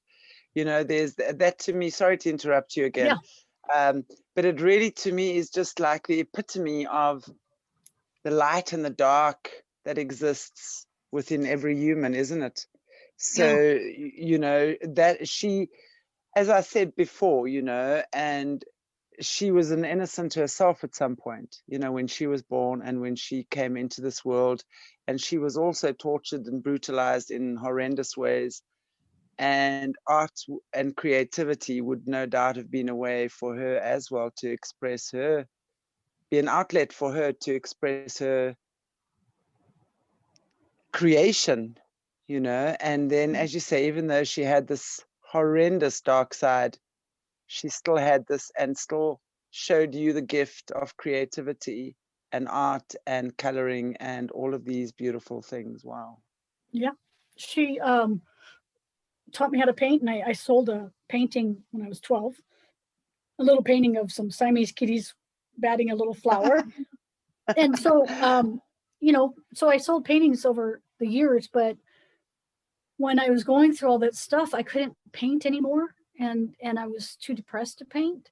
And, you know, I didn't have any money to paint either, because it costs money for art supplies and all that kind of stuff. And I also didn't realize how much trauma was behind art and art supplies. And so I really didn't even want to go there. But then like the last year and a half is when I've been painting all this stuff. And I took a mandala class, and I took a sacred geometry class, and I'm trying to think of some other things that I had taken. And so next thing I know, I'm making all these mandalas, and it's like I can't stop making mandalas. Wow. And so and it's been very healing. You know, I've been bringing up all the memories that had to do with art, and so it's starting to release those. And so, you know, my mother, you know, her whole thing was she had to have money for art supplies, and so she would prostitute us and herself to get art supplies and frames. So and so all the stuff that came up about that when I was painting in the beginning, wow, like a year and a half ago. But you know, I would paint for about 15 minutes, and then I have to lay down. It's like, I don't know what's coming up. And so that's been almost every time. You know, I could only paint for a short time before something came up. But I think I've come to the end of all the stuff that needed to come up for that. And then, you know, I can start to enjoy painting. I think the painting I'm working on is too far away, but anyway. Wow. I would love for maybe if you wouldn't mind just sending us a few pictures of your artwork and your mandalas and stuff like that that you've been doing. Maybe we can, you know, just put them across the screen as we're talking, and then maybe put a link. We'll definitely put a link where people can contact you. I think I sent that to you, didn't I? Yeah, I did. You said it to me. Okay. Yeah. All right. Yeah. So then what we can do is we can just put a link for your books and for your art, and we can just display some of your beautiful creativity, your healing. I mean, this again is just testimony to me. And really, you are the umpteenth person that I've come across in my life that has used art and creativity as a way to heal. I've done that myself, you know. I love just if I'm feeling glum or low or angry or so frustrated or whatever, I will generally just sit for half an hour and say, okay, grab your crayons, grab your book. And I'm not a drawer, you know, I'm not a painter or a drawer at all. I mean, my creativity is in the work I produce. You know, God sends me information and I download it and I create workshops, I create mentorship programs. And as we've said to you, you know, I've written this book, My Gaia, Handbook for Tomorrow's Leaders, Healers and Teachers, to which Morna has beautifully created the pictures. So we've got a wonderful collaboration there. And, you know, just brightness and joy and full of light and love for the children. And it's just such a beautiful time to be creative, because I do believe we're moving into the age of Aquarius now, which is why it's such a challenging time. You know, it really is. And any shift of any change of an age is really ending up with the darkest stuff, you know, and then from that the light is born. You know, it's like darkest before the dawn. So the dawn, and I love that picture behind you, you know, of the tree. It just, to me, it just looks like that. It's just like everything is coming from, it's just lighting up, you know, and nature and creativity and connecting with each other as human beings. And wow, just beautiful. Cindy, Yeah, I wanted it to kind of go from like the dark to the light. Yeah. But to have every color in there. And there's a lot of these online where they just do the tree and they do all these different backgrounds. And so I was just kind of copying. I usually copy something from online and kind of put my own thing on it. Yeah, but they have a lot of these trees and then, you know, different backgrounds. So it's kind of fun. You can, you know, absolutely. I think it would be a good workshop too, to do, you know, do your own background and then put your little tree on there. Well, I think it sounds amazing, you know, healing art, just that sort of thing, which is incredible. So I think it'll be great for you to create your workshops and things, because that would really just be taking your healing and to another level, you know, just another extension of it. Yeah. And incredible. I like teaching kids, and I used to be a preschool teacher. And so my grandkids, I've been doing some Zoom with them and teaching them how to draw the sacred geometry stuff. And they're 9 and under, you know, so wow. Trying to. That's actually a good one. The sacred geometry. That's something we actually haven't included. So I'd love to actually talk to you about that. Is maybe working with sacred geometry for kids. Actually, I would love to talk to you about that. Yeah.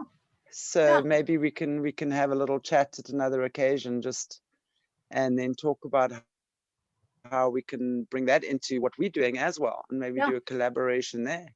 Yeah. Amazing. It's pretty easy. Monet, what do you think about that? Yeah, I love sacred geometry. I'm a mathematical artist, so I see formulas and symmetry and everything and stuff in my art. So yeah, I love that. Yeah, beautiful. Online, you can get all kinds of tutorials on how to do, you know, whatever you want. Yeah. And lately, I've wanted to paint a labyrinth, and so there's all kinds of labyrinths online. How to paint or how to draw even a labyrinth. Yeah, the labyrinth. And wow. And then there's fractals, And, you know, there was people online teaching how to do fractals. And so I always look up, you know, whatever it is for kids, something easy for kids. And then, Yeah. you know, Lovely. that way it's an easy approach. Absolutely. Wow, Cindy, what a journey you've had. And again, I just want to say to you, thank you so much from the bottom of our hearts. And I can definitely speak for Mornay as well, although I'm definitely he's going to say his own thing now. Thank you for sharing. Thank you for your bravery. Thank you for your generosity of spirit. Thank you for not choosing to believe that you've gone completely crazy. Thank you for standing up for yourself. Thank you for your strength. Thank you for your goodness. Thank you for your kind-heartedness. Thank you for not hating your parents and your family. It's so hard not to do that. I think I cannot imagine how that would be. I really, you know, for me, that is just something quite beyond me in terms of that. I want to just ask you maybe one thing before we sign off this evening or this morning or this day. How, when you think about your mum, your dad, and what went down now, what are the feelings that you have inside of you? Well, when I when I'm reading my story, like I'm editing my story, I'm on the fourth one on this round going through again. And then I edit it and read through it, and then I put it back on Amazon. You can change it as many times as you want. And I upload it again. And every time I'm thinking, you know, there wasn't any mistakes, but it's like, they're still there because I'm the only editor. So, but so I'm still editing and reading through the story. And when I read through the story this last time, I was having such, I was calling it fondness, you know, of my family. And so each time I read through it, it's like I love them more, and a lot of the hate is dropping off. And so, you know, again, some people were saying to stop reading it. And so, but it's like, the more I read it, the more I let go of you know, it was hate. They were teaching me to be like, they wanted me to be like them. They wanted me to have a murderous soul, and they luckily didn't do it. But at the time when I was little, I said, I think they're doing it because I am getting a murderous soul. I want to kill them, you know. So it's like every day, it's like, in order to stop them, the only way I could do it would be to kill them. And so they were turning me into to have a murderous soul. And so to be able to drop that, and to this last time reading through it, it was like, you know, just like even just crying and missing them, you know. And it's, even though it was such a horrible time, you know, it's like they're all dead.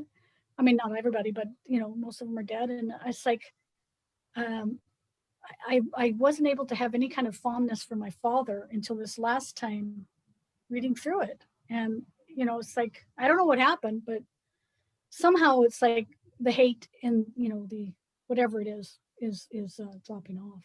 But it's Alchemized. Yeah. That's really the alchemy. You know, we talk about alchemy being the lead, which is the heaviest and the densest of all of all the metals, and therefore we translate that into human emotions, which would be the fear, the pain, the anger, the hatred. And then when we go there and we face it and we look at it, and we then are able to transform that lead, because energy can never be created or destroyed, only ever transferred or transformed. Mhm. And that's what we must remember as humans, you know. So when we look at that hatred, and every time you're going back there, it's alchemizing into gold, which is the highest vibrating of all the metals, and, you know, turning itself into creative life force. So the hatred has now become love and compassion and forgiveness and redemption. And these are all the stuff, you know, that we've been speaking about in our previous shows when we've been chatting with Jessie about obviously what she's been going through and what's happening on the earth right now. It's so easy to look at all these atrocious things going on and judge these terrible people for all the things they're doing. And let's not be misled here. There are terrible things happening. There are people doing heinous things.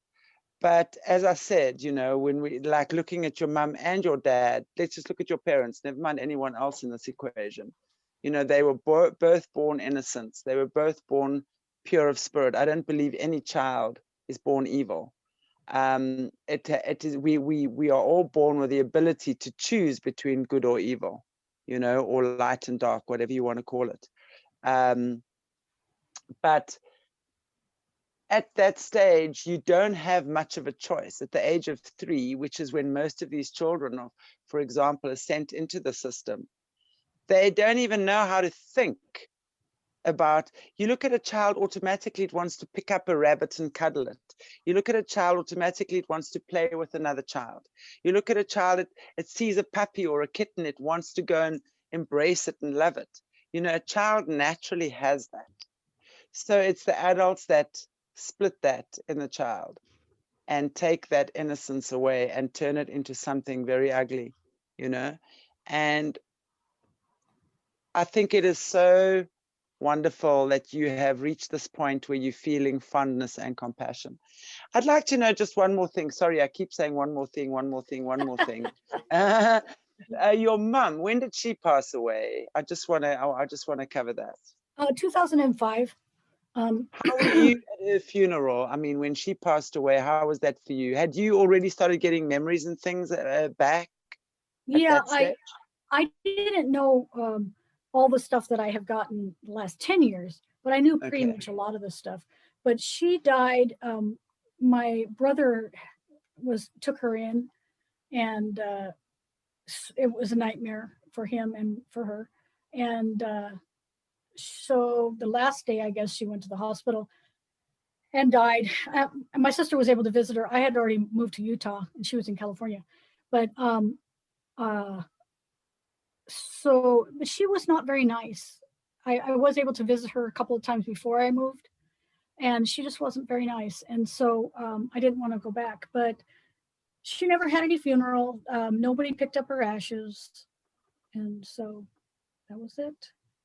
And then my father, before he died, he was saying, and he came back to the United States. He was in Virginia, and he was saying that he felt it was going to be the end of the world, because I think 2012 was when everybody was saying that Mayan calendar was ending and it was going to be the end of the world. Well, he was saying 2012, it's going to be the end of the world. And it ended up, he died in 2012, like the 3rd of January. And so as far as I know, I heard he was sitting in a chair and he just died. And, but then later I heard he was laying in bed and he just died. So peaceful death for someone who tortured a lot of people.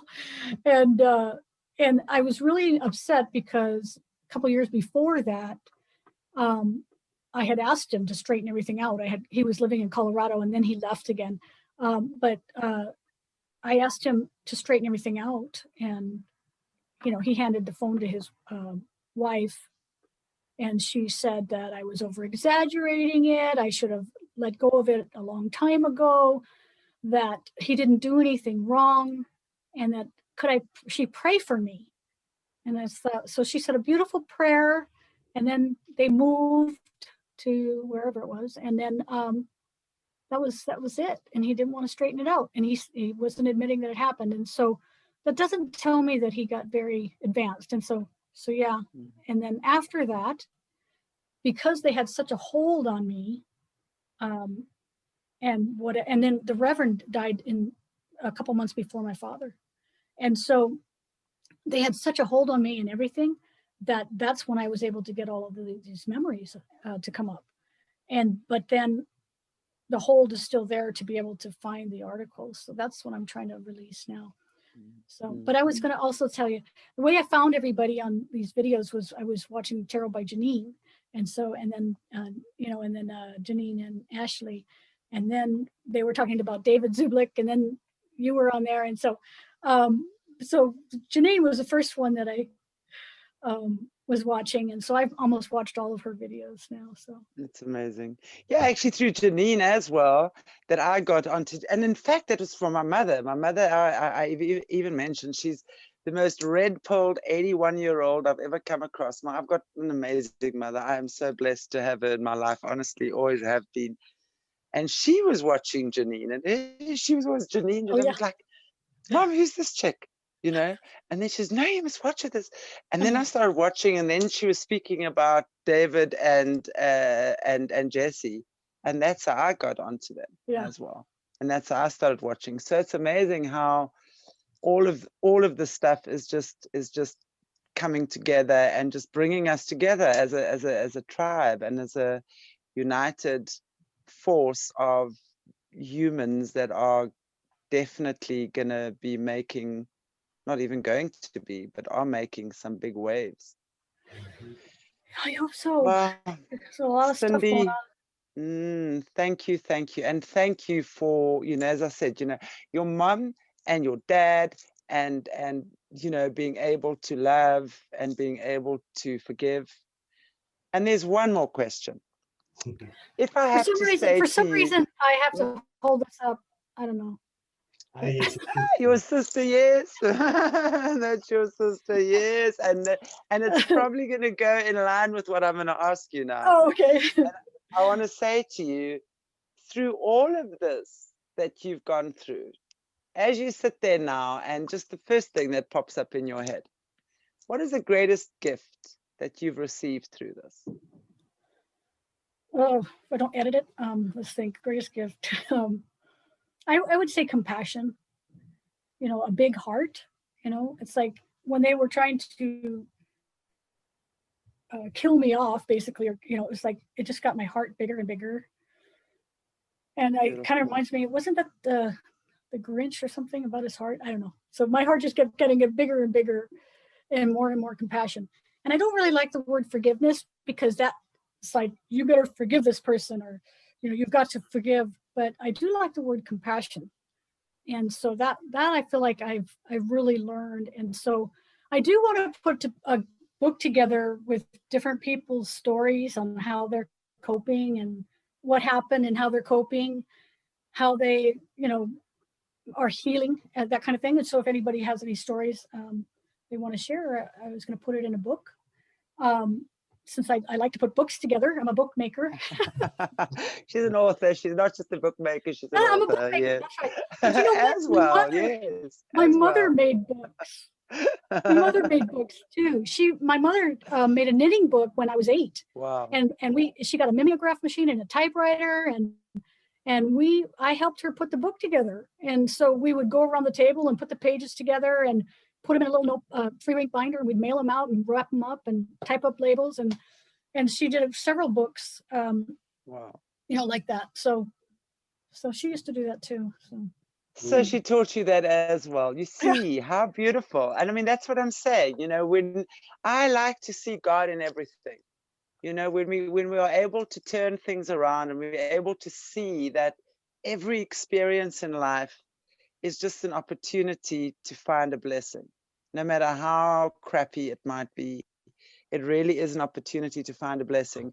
And if all of us, no matter how bad the situation is, and I know some people find it so hard, and I understand some people have these horrendous situations, and quite frankly, I cannot imagine anyone having worse situations than what you've told us and what Jessie's story has been, and obviously a lot of other people that have been through similar stuff. I think this is really scraping the bottom of the swamp, to what you guys have been through. And seriously, if you can find it in your heart to have the compassion and have your heart just grow bigger and bigger, and understand, despite your mom's and your dad's shortcomings and their misgivings, you are a product of that, and you are the goodness in them. You are their goodness that has stepped forward. And I have no doubt that where they are right now, they are watching you. And because the soul always belongs to God, it's only in our bodies that we start doing these crazy things.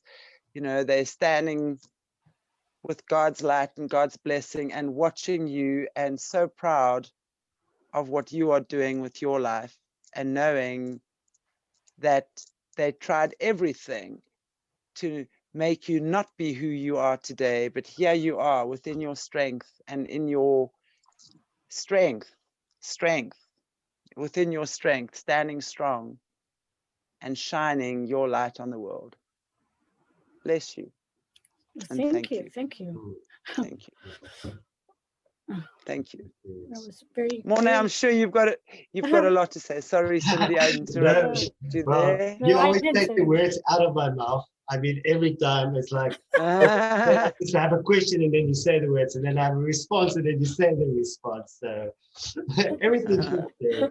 Thank you for your bravery. Thank you for speaking out. Thank you for shining your light onto this. And yeah, beautiful. Thank you. Well, I think I really feel that it's your energy, the two of yours energy that's helped me be able to do this, because when I first saw you guys come on, I was like, I'm going to be talking to them. I know I am. And so then I had to somehow get my voice to work.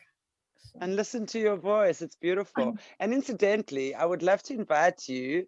I've got a group of students at my masterclass that I have for a year.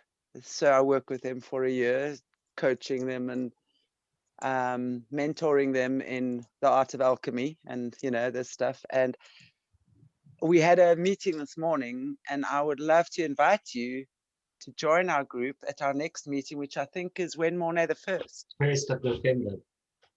Sunday, the 1st of November. And if you would like to join us for that and just be part of our group for one day and let them talk to you, let you talk to them. And I know they'd love to meet you. Yeah, that would be fun. Yeah. Are they all around the world or Africa? Africa. One is in Germany. One of the girls is in Germany. I have international students all over, but this particular group is one is a German girl that I met in Thailand when I was living in Thailand. So then we have, and I'm going to differentiate, although I don't want it to sound racist, because it's not racist, but in Africa we have Africans and we have white Africans, okay? So then there's Mornay, well, he's generally there anyway, who's a white Namibian, and there's another lady who's a white Namibian, and I have two sisters who are African Namibians, and super powerful group of people. Wow. All stepped into their power, all working with their gifts in a massive way. And I know they would love to have you as part of our group, and just to share and talk and just see what transpires from that. Yeah, that sounds fun. That sounds good. Yeah. Looking forward. Now my mouth is all dry again. Yeah, good. You've been talking a lot. It should be dry by now. Wow, guys and girls. Wow, wow, wow. That's all I can say is wow, wow, wow. It's been another amazing connection with Cindy. And I have no doubt we're going to have her on again. We're going to speak off air a little bit and just plan a few things. So thank you for watching. Thank you for subscribing. Thank you for sharing. Thank you for pressing that notification bell. Thank you for allowing us to share and enjoying what we are sharing. It's such a joy for us to do what we're doing. Yeah, there's no doubt about that. And I just get so much satisfaction from doing this. So we couldn't have this channel without all of you guys watching it and supporting it. So thank you so much. Much love, and God bless you all. Thank you. Thank you. Bye, ladies.